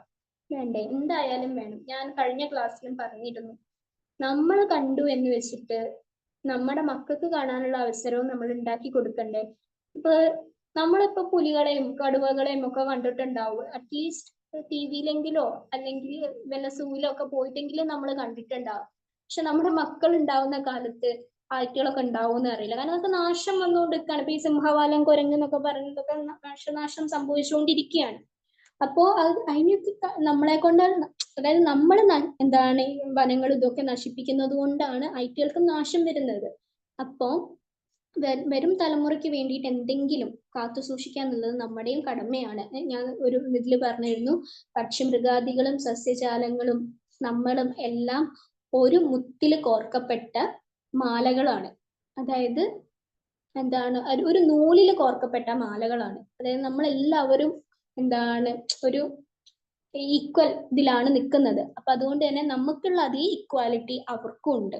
അപ്പൊ അതുകൊണ്ട് അത് അവർക്കുണ്ട് എന്ന് പറഞ്ഞാൽ ഞാൻ മൃഗങ്ങളെ മാത്രമല്ല ഉദ്ദേശിക്കുന്നത്, പക്ഷികളായാലും വനങ്ങളായാലും നമുക്കുള്ള അതേ ഇക്വാലിറ്റി അവർക്കും കൊടുത്തു കഴിഞ്ഞാൽ നമുക്കും അവർക്കും ഇവിടെ സുഖമായിട്ട് ജീവിച്ചു പോകാം. നമ്മൾ അവരെ ദ്രോഹിക്കാൻ നിൽക്കുന്നത് കൊണ്ട് തന്നെയാണ് അവര് നമ്മളെയും തിരിച്ചു ദ്രോഹിക്കാൻ നിൽക്കുന്നത്. അവർക്ക് ദ്രോഹിക്കാൻ കഴിയുമെന്നുള്ളത് അവർ തെളിയിക്കുന്നുണ്ടല്ലോ ഓരോ മഴക്കാലത്തും. അതായത് നിങ്ങൾ ചിന്തിച്ചു നോക്കുക, അതിന് ജീവൻ ഉണ്ടായിരുന്നെങ്കിൽ, ജീവൻ ഉണ്ടാവും, മരങ്ങൾക്കും ഇതിനൊക്കെ ജീവൻ ഉണ്ടല്ലോ. അപ്പോ അത് എന്താണ്, ഒരു സാങ്കല്പിക രീതിയിലൊന്ന് ആലോചിച്ച് നോക്കുക നിങ്ങൾ. ഞങ്ങൾ ഒരുപാട് ദ്രോഹിച്ചില്ലെങ്കിൽ ഞങ്ങൾ കാണിച്ചത് ഞങ്ങൾക്ക് എന്താ ചെയ്യാൻ പറ്റുക, അതാണ് ഈ മഴക്കാലത്ത് കണ്ടുകൊണ്ടിരിക്കുന്നത്. അപ്പോ ഈ ഒരു ചാപ്റ്റർ കഴിഞ്ഞിട്ടുണ്ട് കേട്ടോ. ഇത് ഓരോ ചോദ്യങ്ങളാണ്. നിങ്ങൾക്ക് ഞാൻ എന്താണ് മോക്ക് ടെസ്റ്റുകൾ ഇട്ടിട്ടുണ്ട്. ഇതിൽ പ്രധാനപ്പെട്ട ചോദ്യങ്ങളും കാര്യങ്ങളും ഒക്കെ അതെല്ലാവരും ചെയ്യണം, നിർബന്ധമായിട്ടും ചെയ്യണം, അറിഞ്ഞിരിക്കണം. ചോദിക്കാൻ ചാൻസസ് ഉള്ള ക്വസ്റ്റ്യൻസ് എടുത്താണ് ഞാൻ ഇട്ടിട്ടുള്ളത്. നമുക്കിനി അടുത്ത യൂണിറ്റിലേക്ക് പോവാം. നമ്മുടെ ഇന്ത്യയിലേക്കാണ് കേട്ടോ നമ്മൾ ഇനി പോകുന്നത്. ഇതൊക്കെ കുട്ടികളുടെ ഓരോ പ്രവർത്തനങ്ങളാണ്. നമ്മുടെ ഇന്ത്യ, എന്ത് ഭംഗിയല്ലേ! SCERT ടെക്സ്റ്റ് ബുക്കിന്റെ ഒരു ഇത് കാണാൻ എന്ത് ഭംഗിയായിട്ടാ കൊടുത്തിരിക്കുന്നത്. സ്കൂൾ അസംബ്ലിയിൽ നിങ്ങൾ എടുക്കുന്ന പ്രതിജ്ഞ ഒന്ന് ഓർത്ത് നോക്കൂ. ഇന്ത്യ എന്റെ രാജ്യമാണെന്ന് പറഞ്ഞ പ്രതിജ്ഞ, ഇന്ത്യ ഈസ് മൈ കൺട്രി എന്ന് പറയുന്ന പ്രതിജ്ഞ അല്ലേ? ഇന്ത്യയുടെ സോറി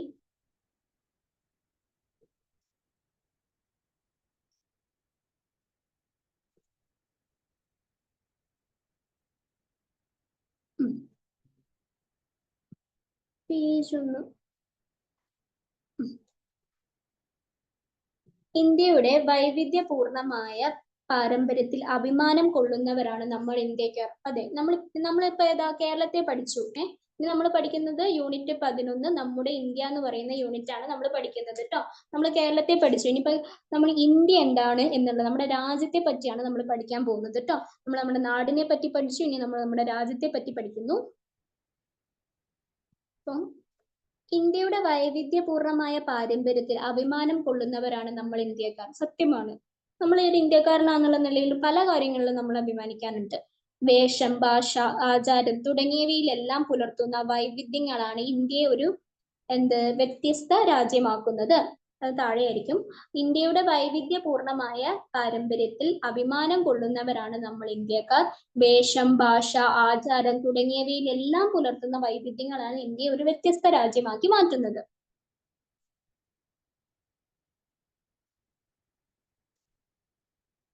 ഭൂപ്രകൃതി, കാലാവസ്ഥ, സസ്യജാലങ്ങൾ, ജനജീവിതം തുടങ്ങിയവയിലൊക്കെയും ഈ വൈവിധ്യങ്ങൾ നമുക്ക് കാണാം. എങ്ങനെ? ഭൂപ്രകൃതി, കാലാവസ്ഥ, സസ്യജാലങ്ങൾ, ജലജീവിതം, ജനജീവിതം തുടങ്ങിയവയിലൊക്കെയും ഈ വൈവിധ്യങ്ങൾ നമുക്ക് കാണാം.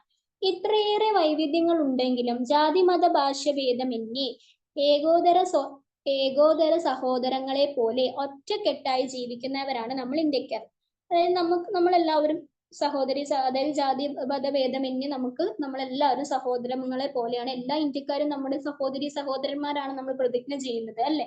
അത് അവിടെ ഇങ്ങനെ നമ്മൾ പ്രതിജ്ഞ എടുക്കുന്നില്ല. എല്ലാ ജാതിയിൽപ്പെട്ടവരും അല്ലെങ്കിൽ മുസൽമാനും ക്രിസ്ത്യനും ഹിന്ദുവും അതങ്ങനെ ജാതിപ്പേര് പോലും ജാതിപ്പേരല്ല, ഓരോ ജാതികൾ പോലും എടുത്ത് പറയാതെയാണ് എല്ലാ ഇന്ത്യക്കാരും നമ്മുടെ സഹോദരന്മാർ. All Indians are my brothers and sisters എന്നാണ് നമ്മൾ പറയുന്നത്. അതാണ് ജാതി മത ഭേദമന്യേ സഹോദരങ്ങളെ, എല്ലാവരും സഹോദരങ്ങൾ എന്ന മാതിരിയാണ് നമ്മൾ ഇവിടെ ഇന്ത്യക്കാർ ജീവിക്കുന്നത്. ഇനി ഇന്ത്യയിലെ വൈവിധ്യങ്ങളെ കുറിച്ച് കൂടുതൽ അറിയണ്ടേ? എന്തായാലും അറിയണം. ഈ അധ്യായം അതിന് വഴിയൊരുക്കുന്നു. അത് തന്നെ നമുക്കിത് വഴി കാട്ടിത്തരുന്നു. ഇന്ത്യ സംസ്ഥാനവും അയൽ രാജ്യങ്ങളും ഇന്ത്യൻ സംസ്ഥാനവും അയൽ രാജ്യങ്ങളുമാണ് കേട്ടോ. മുൻ അധ്യായത്തിൽ വൻകരകളെ കുറിച്ച് ഞാൻ ചർച്ച ചെയ്തല്ലോ. ഞാൻ കഴിഞ്ഞ ക്ലാസ്സിൽ നിങ്ങൾക്ക് വൻകരകളെ കുറിച്ച് ഒരു ക്ലാസ് എടുത്തിട്ടുണ്ടായിരുന്നല്ലോ. ഏത് വൻകരയിലാണ് ഇന്ത്യ സ്ഥിതി ചെയ്യുന്നത്? ഏത് വൻകരയിലാണ്? ആർക്കെങ്കിലും പറയാൻ പറ്റുമോ ഏത് വൻകരയിലാണ് എന്നുള്ളത്? ഏഷ്യൻ വൻകരയിലാണ് നമ്മുടെ ഇന്ത്യ സ്ഥിതി ചെയ്യുന്നത്. അതൊരിക്കലും മറക്കരുതേ. ഏഷ്യൻ വൻകരയിലാണ് ഇന്ത്യ സ്ഥിതി ചെയ്യുന്നത്. ഏഷ്യയുടെ ഭൂപടത്തിൽ നിന്നും ഇന്ത്യയുടെ അയൽ രാജ്യങ്ങൾ ഏതെല്ലാം എന്ന് കണ്ടെത്തൂ. ഇതിനായി അറ്റ്ലസോ, അതൊക്കെ കുട്ടികളുടെ ഓരോ ആക്ടിവിറ്റീസ് ആണ് കേട്ടോ. ഇന്ത്യയുടെ അയൽ രാജ്യങ്ങൾ ഇതൊക്കെയാണ്: പാകിസ്ഥാൻ, അഫ്ഗാനിസ്ഥാൻ, ചൈന, നേപ്പാള്, ഭൂട്ടാന്, ബംഗ്ലാദേശ്, മ്യാൻമാർ, മാലിദ്വീപ്, ശ്രീലങ്ക, അങ്ങനെ 9 അയൽ രാജ്യങ്ങളാണ് ഇന്ത്യക്കുള്ളത്. പാകിസ്ഥാൻ, ഒന്നുകൂടി ഞാൻ പറയാം: പാകിസ്ഥാൻ, അഫ്ഗാനിസ്ഥാൻ, ചൈന, നേപ്പാള്, ഭൂട്ടാന്, ബംഗ്ലാദേശ്, മ്യാൻമാർ, മാലിദ്വീപ്, ശ്രീലങ്ക, 9 അയൽ രാജ്യങ്ങളാണ് നമ്മുടെ ഇന്ത്യക്കുള്ളത് കേട്ടോ.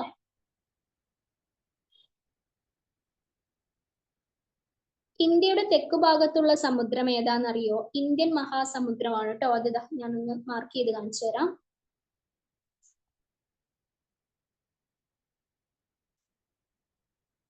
ഇന്ത്യയുടെ തെക്ക് ഭാഗത്തുള്ള സമുദ്രം ഇന്ത്യൻ മഹാസമുദ്രം. അപ്പോൾ ഇന്ത്യൻ മഹാസമുദ്രം സ്ഥിതി ചെയ്യുന്നത് എവിടെയാണ്? ഇന്ത്യയുടെ തെക്കു ഭാഗത്താണ്. ഇന്ത്യയുടെ തെക്ക് ഭാഗത്ത് സ്ഥിതി ചെയ്യുന്നത് ഇന്ത്യൻ മഹാസമുദ്രം.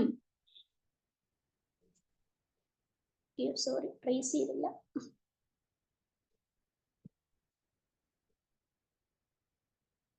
ഈ സമുദ്രത്തിന്റെ കിഴക്ക് ഭാഗം ബംഗാൾ ഉൾക്കടലും പടിഞ്ഞാറ് ഭാഗം അറബിക്കടലും എന്നറിയപ്പെടുന്നു. എങ്ങനെ?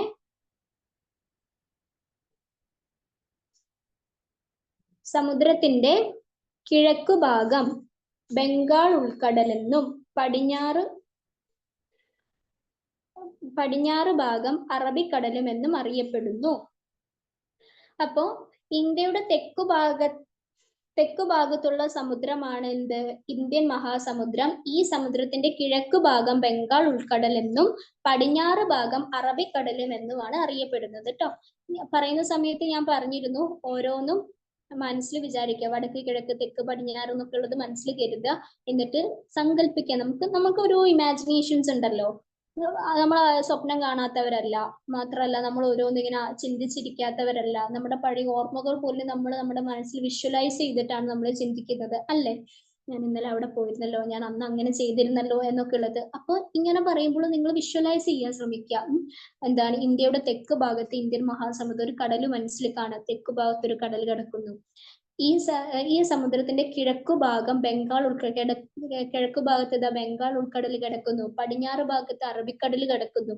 അങ്ങനെ നിങ്ങൾ ഒന്ന് സങ്കല്പിച്ചു നോക്കൂ, നിങ്ങൾ മറക്കില്ല, ഒരിക്കലും മറക്കൂല.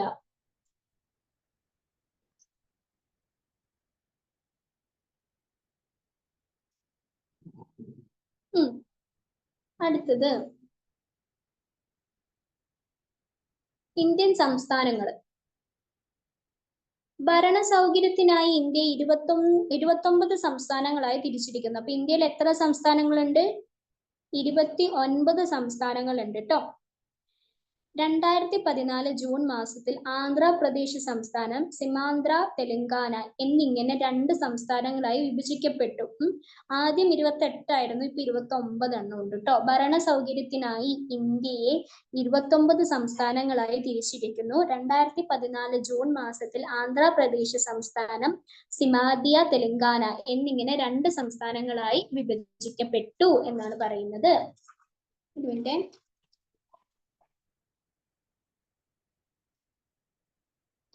ഇനി ഇന്ത്യയുടെ രാജ്യത്തിന്റെ മൊത്തമായ ഭരണ കൈകാര്യം ചെയ്യുന്ന ദേശീയ തലസ്ഥാന നഗരമാണ് ഡൽഹി. അപ്പൊ ഡൽഹിയിലാണ് നമ്മുടെ രാജ്യത്തിന്റെ മൊത്തമായ ഭരണം കൈകാര്യം ചെയ്യപ്പെടുന്നത് കേട്ടോ. ഓക്കെ, അടുത്ത പേജിലേക്ക് പോവാം. ചെറിയ ചാപ്റ്റേഴ്സ് ആണ് ഇവിടെ, ഇപ്പൊ തീരും കേട്ടോ. ഇത് നമ്മുടെ ഇന്ത്യയുടെ മാപ്പ്. നമ്മളെവിടെ, നമ്മളൊന്ന് പോയി നമുക്ക് കണ്ടിട്ട് വരാം. ഇതാ കിടക്കുന്നു നമ്മള്, അല്ലേ? നമ്മുടെ കേരളത്തിന്റെ തലസ്ഥാനം ഏതാ? തിരുവനന്തപുരം. തമിഴ്നാട് ചെന്നൈ, കർണാടക ബാംഗ്ലൂർ. ചെറുപ്പത്തിൽ നമ്മൾ ഇങ്ങനെ ഓർഡർ അനുസരിച്ച് പഠിച്ചിട്ടില്ല. ആന്ധ്രാപ്രദേശ്, ഹൈദരാബാദ്, അരുണാചൽ പ്രദേശ്, ഇറ്റാനഗർ, ആസാം, ദിസ്പൂർ, ബീഹാർ, പാട്ന എന്നൊക്കെ ഇങ്ങനെ കുറെ നമ്മൾ പഠിച്ചിട്ടുണ്ടല്ലോ. 28 സംസ്ഥാനങ്ങളും എണ്ണിപ്പറക്കി. എന്റെ ഒരു ഓർമ്മ ശരിയാണെങ്കിൽ അങ്ങനെ പഠിച്ചിട്ടുണ്ട്. ഇതാ ടോട്ടൽ ഒരു ഔട്ട്ലുക്ക് കേട്ടോ.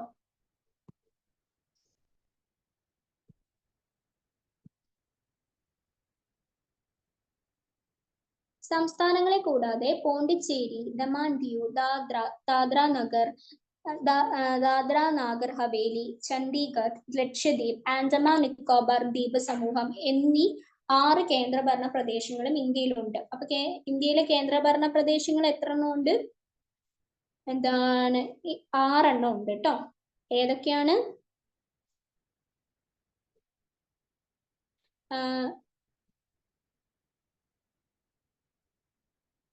ഔദ്യോഗിക സംസ്ഥാനങ്ങളെ കൂടാതെ പോണ്ടിച്ചേരി, ദമാൻ ദിയു, പക്ഷെ ഇപ്പൊ മക്കളെ 9 എണ്ണം ഉണ്ട്. ഇതിൽ 6 എണ്ണം, ഇത് ടെക്സ്റ്റ് ബുക്ക് അപ്ഡേറ്റഡ് അല്ല. 6 എണ്ണം ഉണ്ട് കേട്ടോ. ഞാൻ എങ്ങനെ 6 എണ്ണല്ല 9 എണ്ണം ഉണ്ട് കേട്ടോ. ഞാൻ പറഞ്ഞുതരാം. 6 അല്ല. സംസ്ഥാനങ്ങളെ കൂടാതെ പോണ്ടിച്ചേരി, ദമാൻ ദിയു, ദാദ്ര, നാഗർ ഹവേലി, ചണ്ഡീഗഡ്, ലക്ഷദ്വീപ്, ആൻഡമാൻ നിക്കോബാർ ദ്വീപ് സമൂഹം എന്നീ 6 കേന്ദ്രഭരണ പ്രദേശങ്ങളും ഇന്ത്യയിലുണ്ട്. പക്ഷെ ഇന്ത്യയിൽ ഇപ്പോ സത്യം പറഞ്ഞാൽ 9 കേന്ദ്രഭരണ പ്രദേശങ്ങളാണ് ഉള്ളത്. അതായത് ആൻഡമാൻ ആൻഡ് നിക്കോബാർ, ദമാൻ ദിയു, ഡൽഹി, ദാദ്ര നാഗർ ഹവേലി, ജമ്മു കാശ്മീർ, ചണ്ഡീഗഡ്, ലഡാക്ക്, ലക്ഷദ്വീപ്, പോണ്ടിച്ചേരി. ഇങ്ങനെ 9 എണ്ണം വരുന്നുണ്ട്. അതായത് 2019 ജമ്മു കാശ്മീർ സംസ്ഥാനം വിഭജിക്കപ്പെടുകയും ജമ്മു ആൻഡ് കാശ്മീർ, ലഡാക്ക് എന്നീ കേന്ദ്രഭരണ പ്രദേശങ്ങൾ ഔദ്യോഗികമായി നിലവിൽ വരികയും ചെയ്തു. അതാണ് സംഭവിച്ചത്. അങ്ങനെയാണ് 9 എണ്ണമായത് കേട്ടോ. എങ്ങനെ? ആൻഡമാൻ ആൻഡ് നിക്കോബാർ, ദമാൻ ദിയു, പിന്നെ എന്താണ് ഡൽഹിയും കൂടെ വരുന്നുണ്ടായിട്ടോ. ഇതിൽ ഡൽഹി പറയുന്നില്ലല്ലോ അല്ലെ? ഡൽഹി കേന്ദ്രഭരണ പ്രദേശമാണല്ലോ. എന്താണ് ഡൽഹി, എന്താണ് ദാദ്ര നാഗർ ഹവേലി, ജമ്മു ആൻഡ് കാശ്മീർ, ചണ്ഡീഗഡ്, ലഡാക്ക്, ലക്ഷദ്വീപ്, പോണ്ടിച്ചേരി. അങ്ങനെ മൊത്തത്തിൽ 9 എണ്ണം വന്നു. എങ്ങനെയാന്ന് വെച്ചാൽ 2019 ജമ്മു കാശ്മീർ സംസ്ഥാനങ്ങൾ വിഭജിക്കപ്പെടുകയും ജമ്മു കാശ്മീരും ലഡാക്കും നിലവിൽ വരികയും ചെയ്തു. അങ്ങനെയാണ് 9 എണ്ണം ആയത് കേട്ടോ. അപ്പൊ 9 കേന്ദ്രഭരണ പ്രദേശങ്ങളാണ് യഥാർത്ഥത്തിൽ നമ്മുടെ ഇന്ത്യയിൽ ഉള്ളത് കേട്ടോ. അതാണ് ഞാനൊന്ന് പോസ് ആയത്. കാരണം ഞാൻ അത് പഠിച്ചിട്ടുണ്ടായിരുന്നു, പെട്ടെന്ന് എനിക്ക് മറവി പറ്റിപ്പോയി. അതാണ് 9 എണ്ണമാണ് കേട്ടോ. 9. സോറി, കുറച്ചുകൂടെ വൃത്തിക്ക് എഴുതാം. ഇതിലിങ്ങനെ എഴുതാൻ കഴിയുന്നില്ല. അതാ നിങ്ങൾക്ക് മനസ്സിലായല്ലോ എന്തായാലും. 9 അഡ്ജസ്റ്റ് ചെയ്യട്ടോ. 9 എണ്ണമാണ് യഥാർത്ഥത്തിൽ ഉള്ളത് കേട്ടോ.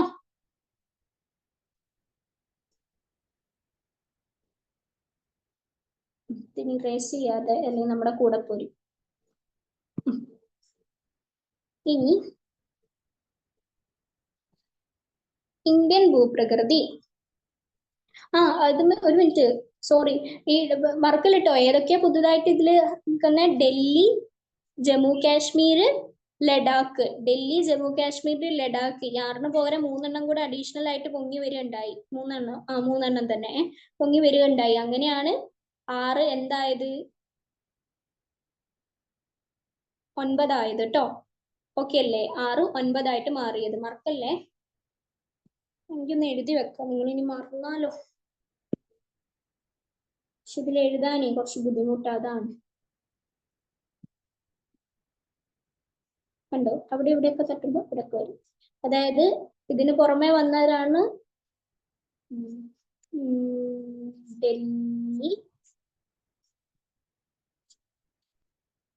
ഡൽഹി, പിന്നെ ആരാ വന്നേ?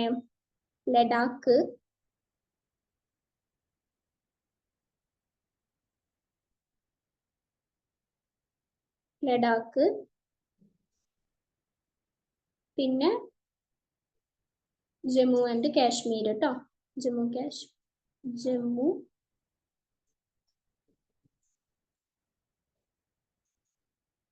കാശ്മീർ അഡീഷണൽ ആയിട്ട് വന്നു. അപ്പൊ അങ്ങനെയായി ഇത് 3 കൂടെ വന്നപ്പോ 9 കേന്ദ്രഭരണ പ്രദേശങ്ങളായി നമ്മുടെ ഇന്ത്യയിൽ കേട്ടോ. ഓക്കെ എന്ന് വിചാരിക്കുന്നു. അപ്പൊ ഒന്നുകൂടി നമുക്ക് കേന്ദ്രഭരണ പ്രദേശങ്ങൾ പറയാം. പോണ്ടിച്ചേരി, ദമാന്തിയു, ദാദർ നാഗർ ഹവേലി, ചണ്ഡീഗഡ്, ലക്ഷദ്വീപ്, ആൻഡമാൻ നിക്കോബാർ, പിന്നെ ഡൽഹി, ലഡാക്ക്, ജമ്മു കാശ്മീർ. അങ്ങനെ ടോട്ടലി എത്രയായി? 9 കേന്ദ്രഭരണ പ്രദേശങ്ങളായി നമ്മുടെ ഇന്ത്യയിൽ.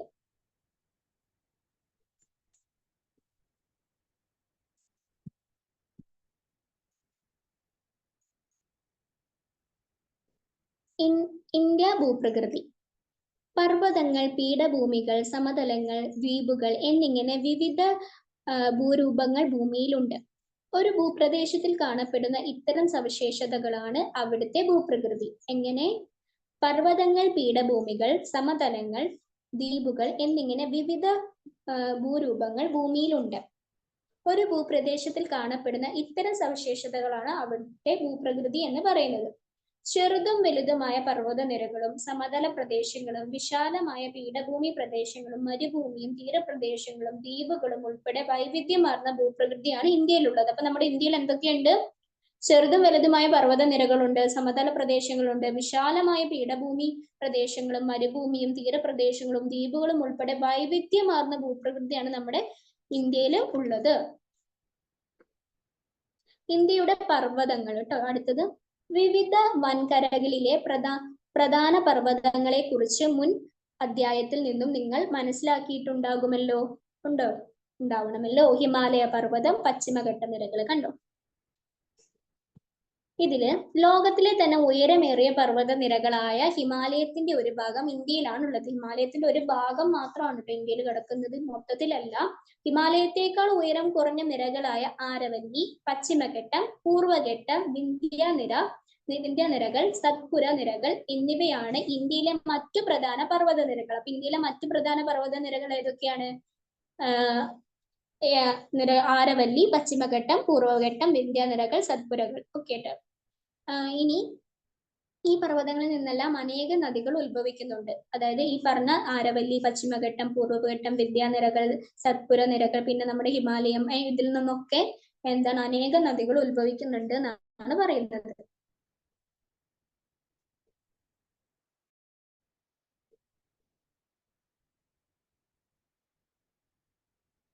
ഇന്ത്യയിലെ സമതലങ്ങൾ കേട്ടോ.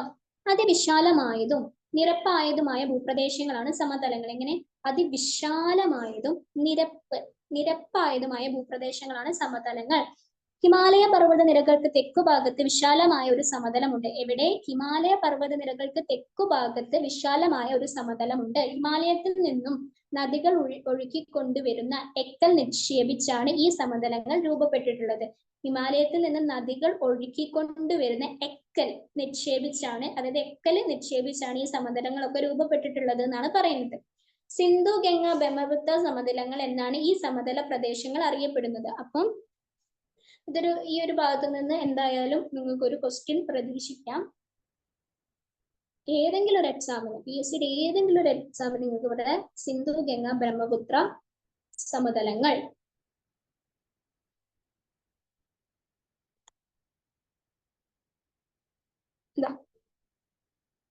സോറി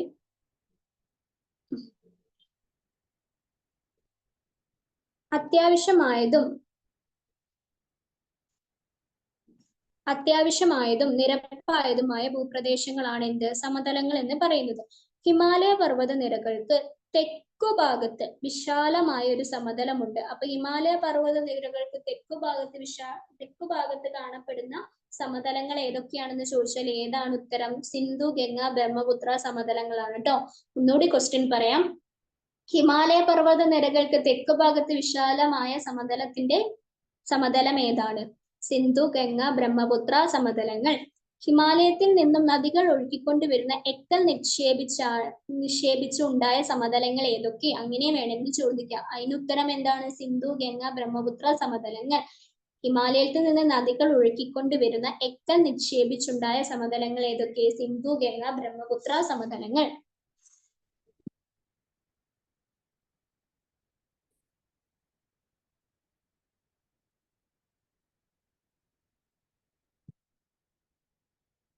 സിന്ധു ഗംഗ ബ്രഹ്മപുത്ര സമതലങ്ങൾ എന്നാണ് ഈ സമതല പ്രദേശം അറിയപ്പെടുന്നത്. ഈ ഫലഭൂഷ്ടമായ സമതലങ്ങളിൽ ഗോതമ്പ്, നെല്ല്, ചോളം, കരിമ്പ് മുതലായ അനേകം വിളകൾ കൃഷി ചെയ്യുന്നു. അപ്പൊ എങ്ങനെ? സിന്ധു ഗംഗ ബ്രഹ്മപുത്ര സമതലങ്ങളിൽ പ്രധാനമായിട്ടും കൃഷി ചെയ്യുന്നത് എന്തൊക്കെയാണ്? ഗോതമ്പ്, നെല്ല്, ചോളം, കരിമ്പ് ഇവയൊക്കെയാണ് കേട്ടോ കൃഷി ചെയ്യുന്നത്. അത് ഓർത്ത് വെക്കുക. സിന്ധു ഗംഗ ബ്രഹ്മപുത്ര സമതലങ്ങളിൽ ഗോതമ്പ്, നെല്ല്, ചോളം എന്നിവയാണ് കൃഷി ചെയ്യുന്നത്.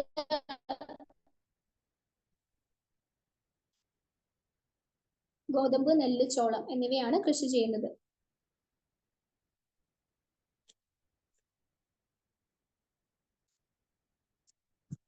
ഇനി കരിം മുതലായ അനേകം കൃഷി. അതിനാൽ ഇന്ത്യയുടെ ഭക്ഷ്യകലവറ എന്ന് ഈ പ്രദേശത്തെ വിശേഷിപ്പിക്കാറുണ്ട്. അപ്പൊ ഇന്ത്യയുടെ ഭക്ഷ്യകലവറ എന്ന് വിശേഷിപ്പിക്കുന്നത് എന്തിനെയാണ്? സിന്ധു ഗംഗ ബ്രഹ്മപുത്ര സമതലത്തിനെയാണ് കേട്ടോ. ഇന്ത്യയുടെ ഭക്ഷ്യകലവറ, ശ്രദ്ധിക്കൂ, ഇന്ത്യയുടെ ഭക്ഷ്യകലവറയാണ് കേട്ടോ. ഇന്ത്യയുടെ ഭക്ഷ്യകലവറ എന്ന് വിശേഷിപ്പിക്കുന്നത് എന്തിനെയാണ്? ഭക്ഷ്യകലവറ എന്ന് വിശേഷിപ്പിക്കുന്നത് സിന്ധു ഗംഗ ബ്രഹ്മപുത്ര സമതലങ്ങളെയാണ് ഭക്ഷ്യകലവറ കേട്ടോ. ഭക്ഷ്യകലവറ എന്ന് വിശേഷിപ്പിക്കുന്നത്.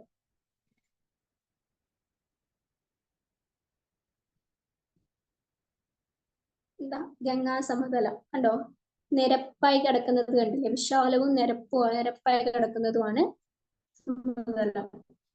അതിന്റെ ഒരു സ്ട്രക്ചറിൽ തന്നെ നമുക്ക് മനസ്സിലാവുന്നുണ്ടല്ലോ അല്ലെ. ഇനി ഇന്ത്യയിലെ മരുഭൂമി.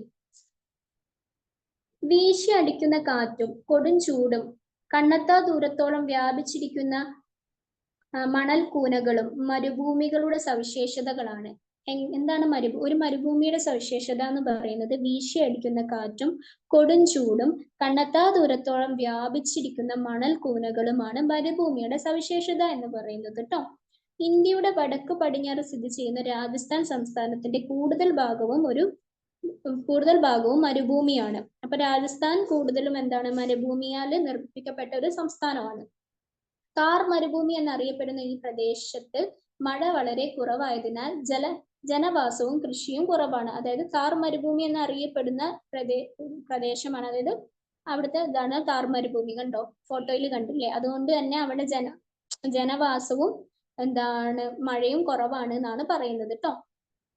താർ മരുഭൂമി എന്നറിയപ്പെടുന്ന ഈ പ്രദേശത്ത് മഴ വളരെ കുറവായതിനാൽ ജനവാസവും കൃഷിയും ഒന്നും ഇല്ല. അതൊക്കെ കുറവാണ് എന്നാണ് പറയുന്നത്. ചിലതൊക്കെ ഉണ്ടാകും, അതായത് മരുഭൂമിയിൽ കൃഷി ചെയ്യാൻ പറ്റുന്ന എന്തെങ്കിലും സംഭവങ്ങളൊക്കെ ഉണ്ടാവും, പക്ഷെ എന്നാലും കുറവാണ്. ഇന്ത്യയിലെ പീഠഭൂമികൾ. അടുത്തത്, ചുറ്റുമുള്ള പ്രദേശങ്ങളെ അപേക്ഷിച്ച് ഉയർന്നതും മുകൾ ഭാഗം ഏറെക്കുറെ നിരപ്പായതുമായ ഭൂപ്രദേശങ്ങളാണ് പീഠഭൂമികൾ. ഡെക്കാൻ പീഠഭൂമിയുടെ ഒരു പടയിൽ കൊടുത്തിട്ടുണ്ട്. ചുറ്റുമുള്ള പ്രദേശങ്ങളെ അപേക്ഷിച്ച് ഉയർന്നതും ഉയർന്നതും മുകൾ ഭാഗം ഏറെക്കുറെ നിരപ്പായതുമായ ഭൂപ്രദേശങ്ങളാണ് പീഠഭൂമികൾ എന്ന് പറയുന്നത്. ഇന്ത്യയിലെ ഏറ്റവും വലിയ പീഠഭൂമിയാണ് ഏത്? ഡെക്കാൻ പീഠഭൂമി. മാൾവ, ഛോട്ടാ നാഗപ്പൂർ എന്നിവയാണ് മറ്റ് പ്രധാന പീഠഭൂമികൾ. മാൾവയും ഛോട്ടാ നാഗപ്പൂർ ഒക്കെയാണ് മറ്റ് പ്രധാന പീഠഭൂമികളായിട്ട് കണക്കാക്കുന്നത് കേട്ടോ. ഇന്ത്യയിലെ തീരപ്രദേശങ്ങളാണ് അടുത്ത പഠിക്കുന്നത്. തീരപ്രദേശം സമുദ്രത്തിനോട് ചേർന്ന് സ്ഥിതി ചെയ്യുന്ന നിരപ്പായ ഭൂപ്രദേശങ്ങളാണ് തീരപ്രദേശങ്ങൾ. നമ്മൾ ഇപ്പൊ കുറച്ചു മുന്നേ തന്നെ പറഞ്ഞിരുന്നു. നീളമേറിയ തീരപ്രദേശമാണ് ഇന്ത്യക്കുള്ളത്. അപ്പൊ ഇന്ത്യയിൽ നീളമേറിയ തീരപ്രദേശമാണ് ഉള്ളത് എന്ന് മനസ്സിലാക്കാം. ഇനി ഇന്ത്യയിലെ ദ്വീപുകൾ. സമുദ്രത്താൽ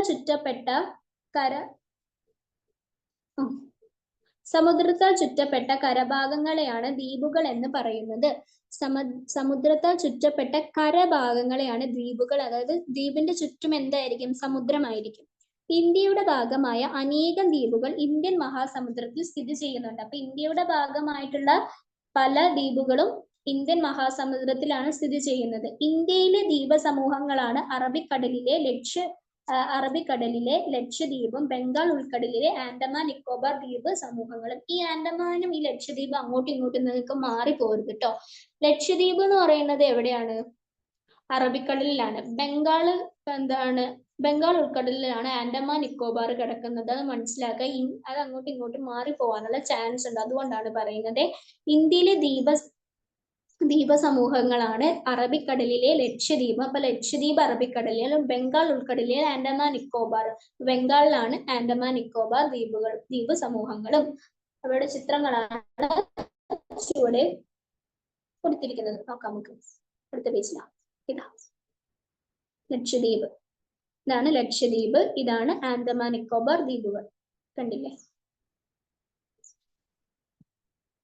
ലക്ഷദ്വീപ് അറബിക്കടലില്, ആൻഡമാൻ നിക്കോബാർ ബംഗാളിൽ കേട്ടോ. അടുത്തത് ഇന്ത്യൻ നദികൾ.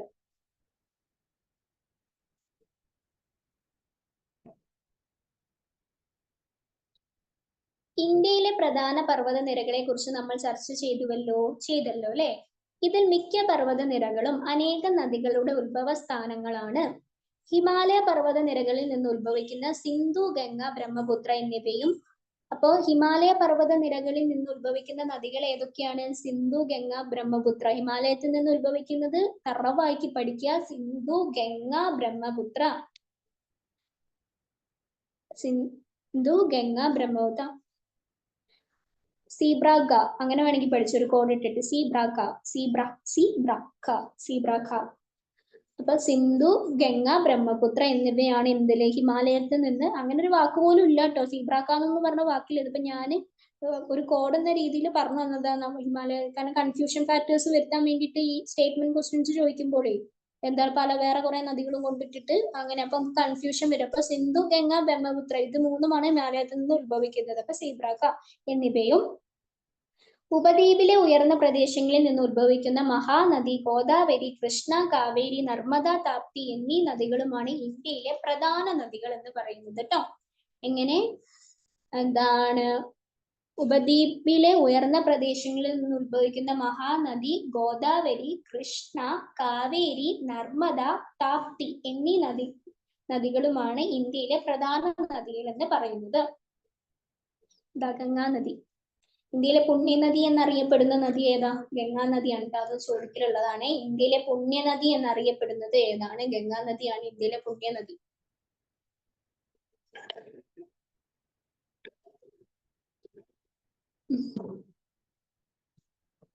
ഇനി ഇന്ത്യ കാലാവസ്ഥ. വളരെയധികം വൈവിധ്യമുള്ള കാലാവസ്ഥയാണ് ഇന്ത്യയിൽ നിലനിൽക്കുന്നത്. ഇന്ത്യയിൽ മഴക്കാലം, ശൈത്യകാലം, വേനൽക്കാലം എന്നിങ്ങനെയുള്ള ഋതുക്കളാണ് അനുഭവപ്പെടുന്നത്. എങ്ങനെ? ഇന്ത്യയിൽ മഴക്കാലം, ശൈത്യകാലം, വേനൽക്കാലം എന്നിങ്ങനെയുള്ള ഋതുക്കളാണ് അനുഭവപ്പെടുന്നത് എന്നാണ് പറയുന്നത്. ജൂൺ മുതൽ സെപ്റ്റംബർ വരെയും ഒക്ടോബർ മുതൽ നവംബർ വരെയുമുള്ള 2 മഴക്കാലങ്ങളാണ് ഇന്ത്യയിലുള്ളത്. അപ്പൊ ഇന്ത്യയിലുള്ള മഴക്കാലങ്ങൾ ഏതൊക്കെയാണ്? ജൂൺ മുതൽ സെപ്റ്റംബർ വരെയും ഒക്ടോബർ മുതൽ നവംബർ വരെയുമുള്ള 2 മഴക്കാലങ്ങളാണ് നമ്മുടെ ഇന്ത്യയിലുള്ളത്. അറബിക്കടലിനോട് ചേർന്ന പടിഞ്ഞാറൻ തീരപ്രദേശങ്ങളിലും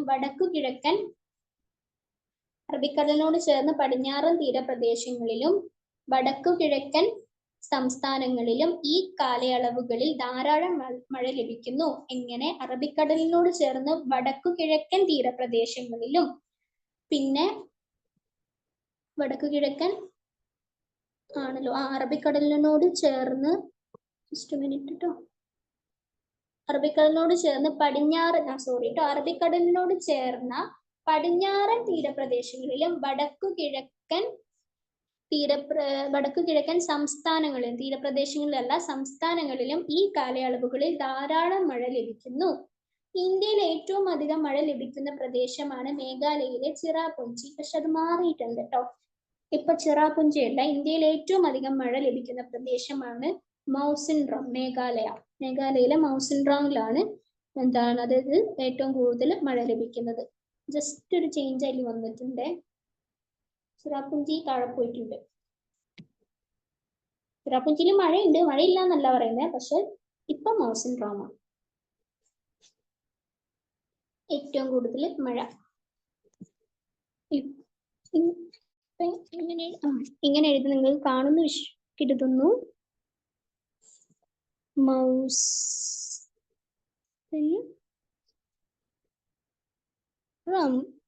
മേഘാലയയിലാണ് കേട്ടോ ഇത്. മൗസിൻഡ്രാമിലാണ് ഇപ്പൊ ഏറ്റവും കൂടുതൽ മഴ ലഭിക്കുന്നത്. ഇന്ത്യയിൽ ഏറ്റവും അധികം മഴ ലഭിക്കുന്ന പ്രദേശമാണ് മേഘാലയയിലെ മൗസിൻഡ്രാം. ഇനി അങ്ങനെ പഠിക്കാം, ചിറാപുഞ്ചി മറക്കാം. മൗസിൻഡ്രാം ഇന്ത്യയിലെ കാർഷിക മേഖലയിലെ ഈ മഴക്കാലങ്ങളെ ആശ്രയിച്ചാണ് നിലനിൽക്കുന്നത്. ഈ പറഞ്ഞ മഴക്കാലങ്ങളൊക്കെ ആശ്രയിച്ചാണ് നമ്മുടെ ഇന്ത്യയിലെ കാർഷിക മേഖല നിലനിൽക്കുന്നത് എന്നാണ് പറയുന്നത് കേട്ടോ.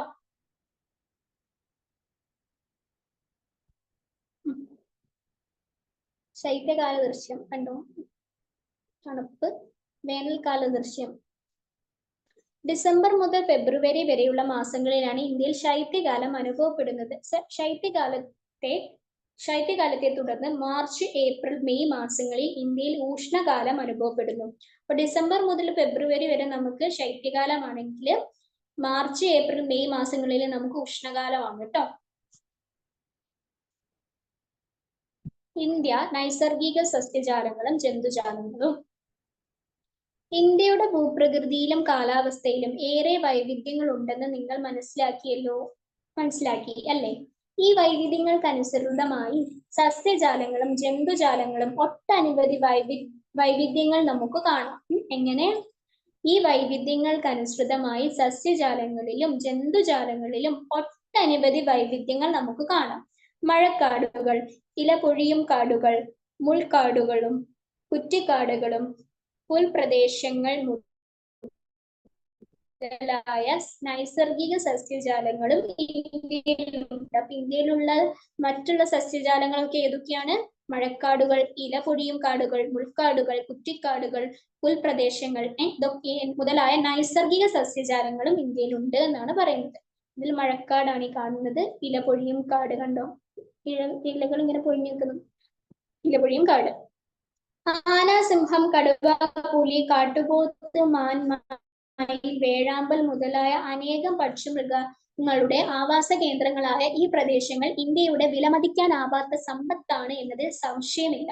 അപ്പൊ ആന, സിംഹം, കടുവ, പുലി, കാട്ടുപോത്ത്, മാന്, മയിൽ, വേഴാമ്പലൊക്കെയാണ് ഈ പറയുന്ന സ്ഥലങ്ങളിൽ ഏറ്റവും കൂടുതൽ ഉണ്ടാവുന്നത് കേട്ടോ.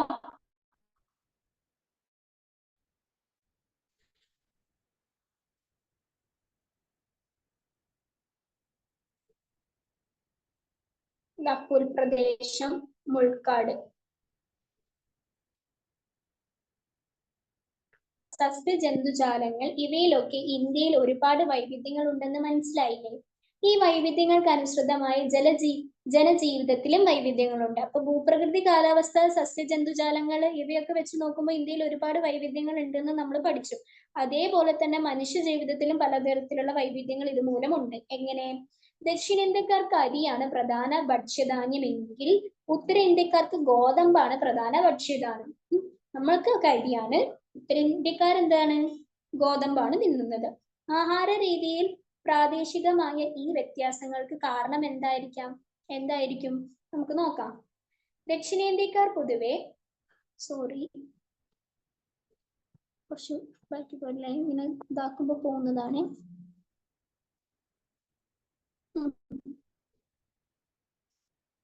ദക്ഷിണേന്ത്യക്കാർ പൊതുവെ പരുത്തി വസ്ത്രങ്ങളാണ് പ്രധാനമായി ഉപയോഗിക്കുന്നത്. നമ്മൾ അധികം പരുത്തി വസ്ത്രങ്ങളാണ് ഉപയോഗിക്കുന്നത്. അതെ.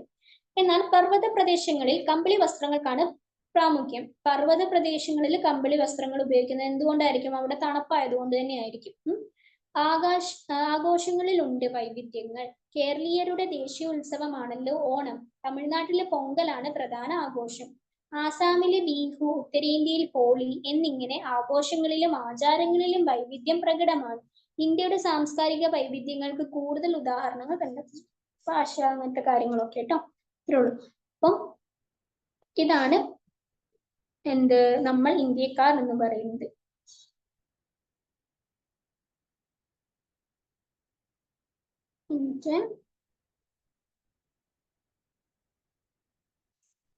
നാം വസിക്കുന്ന പ്രദേശങ്ങളെക്കാൾ തികച്ചും വിഭിന്നമാണ് ഇന്ത്യയിലെ ഇതര ഭാഗങ്ങൾ. ഭൂപ്രകൃതിയിലും കാലാവസ്ഥയിലും സസ്യജന്തുജാലങ്ങളിലും മാനവ ജീവിതത്തിലും വളരെയധികം വൈവിധ്യങ്ങൾ ഉണ്ടെങ്കിലും അതിനെല്ലാം അതീതമായി ഇന്ത്യ ഒരൊറ്റ രാജ്യമായി നിലനിൽക്കുന്നു. ഇന്ത്യയുടെ സമൃദ്ധവും വൈവിധ്യപൂർണവുമായ പാരമ്പര്യത്തിൽ തീർച്ചയായും നാം അഭിമാനം കൊള്ളുക തന്നെ ചെയ്യും. അല്ലെ? തീർച്ചയായും നമ്മൾ അഭിമാനം കൊള്ളണം. നമ്മുടെ ഈ പറഞ്ഞ കാര്യങ്ങളിലൊക്കെ നമ്മൾ അഭിമാനം കൊള്ളേണ്ട കാര്യങ്ങളൊക്കെ തന്നെയാണ്. പക്ഷെ നമുക്ക് നേരിടേണ്ടി വന്ന ചില അനീതികളും ഉണ്ടല്ലോ. അതിലൊരിക്കലും എന്താണ് നമ്മളെ കൊണ്ട് കഴിയുന്ന രീതിയിൽ നമ്മൾ പ്രതികരിക്കാൻ ശ്രമിക്കുക. ഇനി ഇതൊക്കെ കുട്ടികൾക്ക് ഇതിന്റെ ബേസ് ചെയ്തിട്ടുള്ളതൊക്കെ ഞാൻ ഇട്ടിട്ടുണ്ട് കേട്ടോ. നിങ്ങൾക്ക് മോക്ക് ടെസ്റ്റിൽ ഇട്ടിട്ടുണ്ട്. അപ്പോ ഇന്നത്തെ ക്ലാസ് എല്ലാവർക്കും മനസ്സിലായി എന്ന് വിചാരിക്കുന്നു. നന്നായിട്ട് പഠിക്കുക. നമുക്ക് ഈ വർഷത്തെ അല്ല, ഒക്ടോബർ മാസത്തെ LDC നമ്മളെ കൊണ്ടാകുന്ന വിധം നമ്മൾ പരിശ്രമിച്ച് നമ്മൾ അറ്റൻഡ് ചെയ്യണം. ഇപ്പൊ ഞാൻ എപ്പോഴും പറയുന്ന പോലെ ശ്രമിച്ചാൽ വിജയം നമുക്ക്. അപ്പൊ പോവാണ്. എല്ലാവർക്കും നല്ലൊരു ദിവസം നേരുന്നു. Have A nice day. Thank you.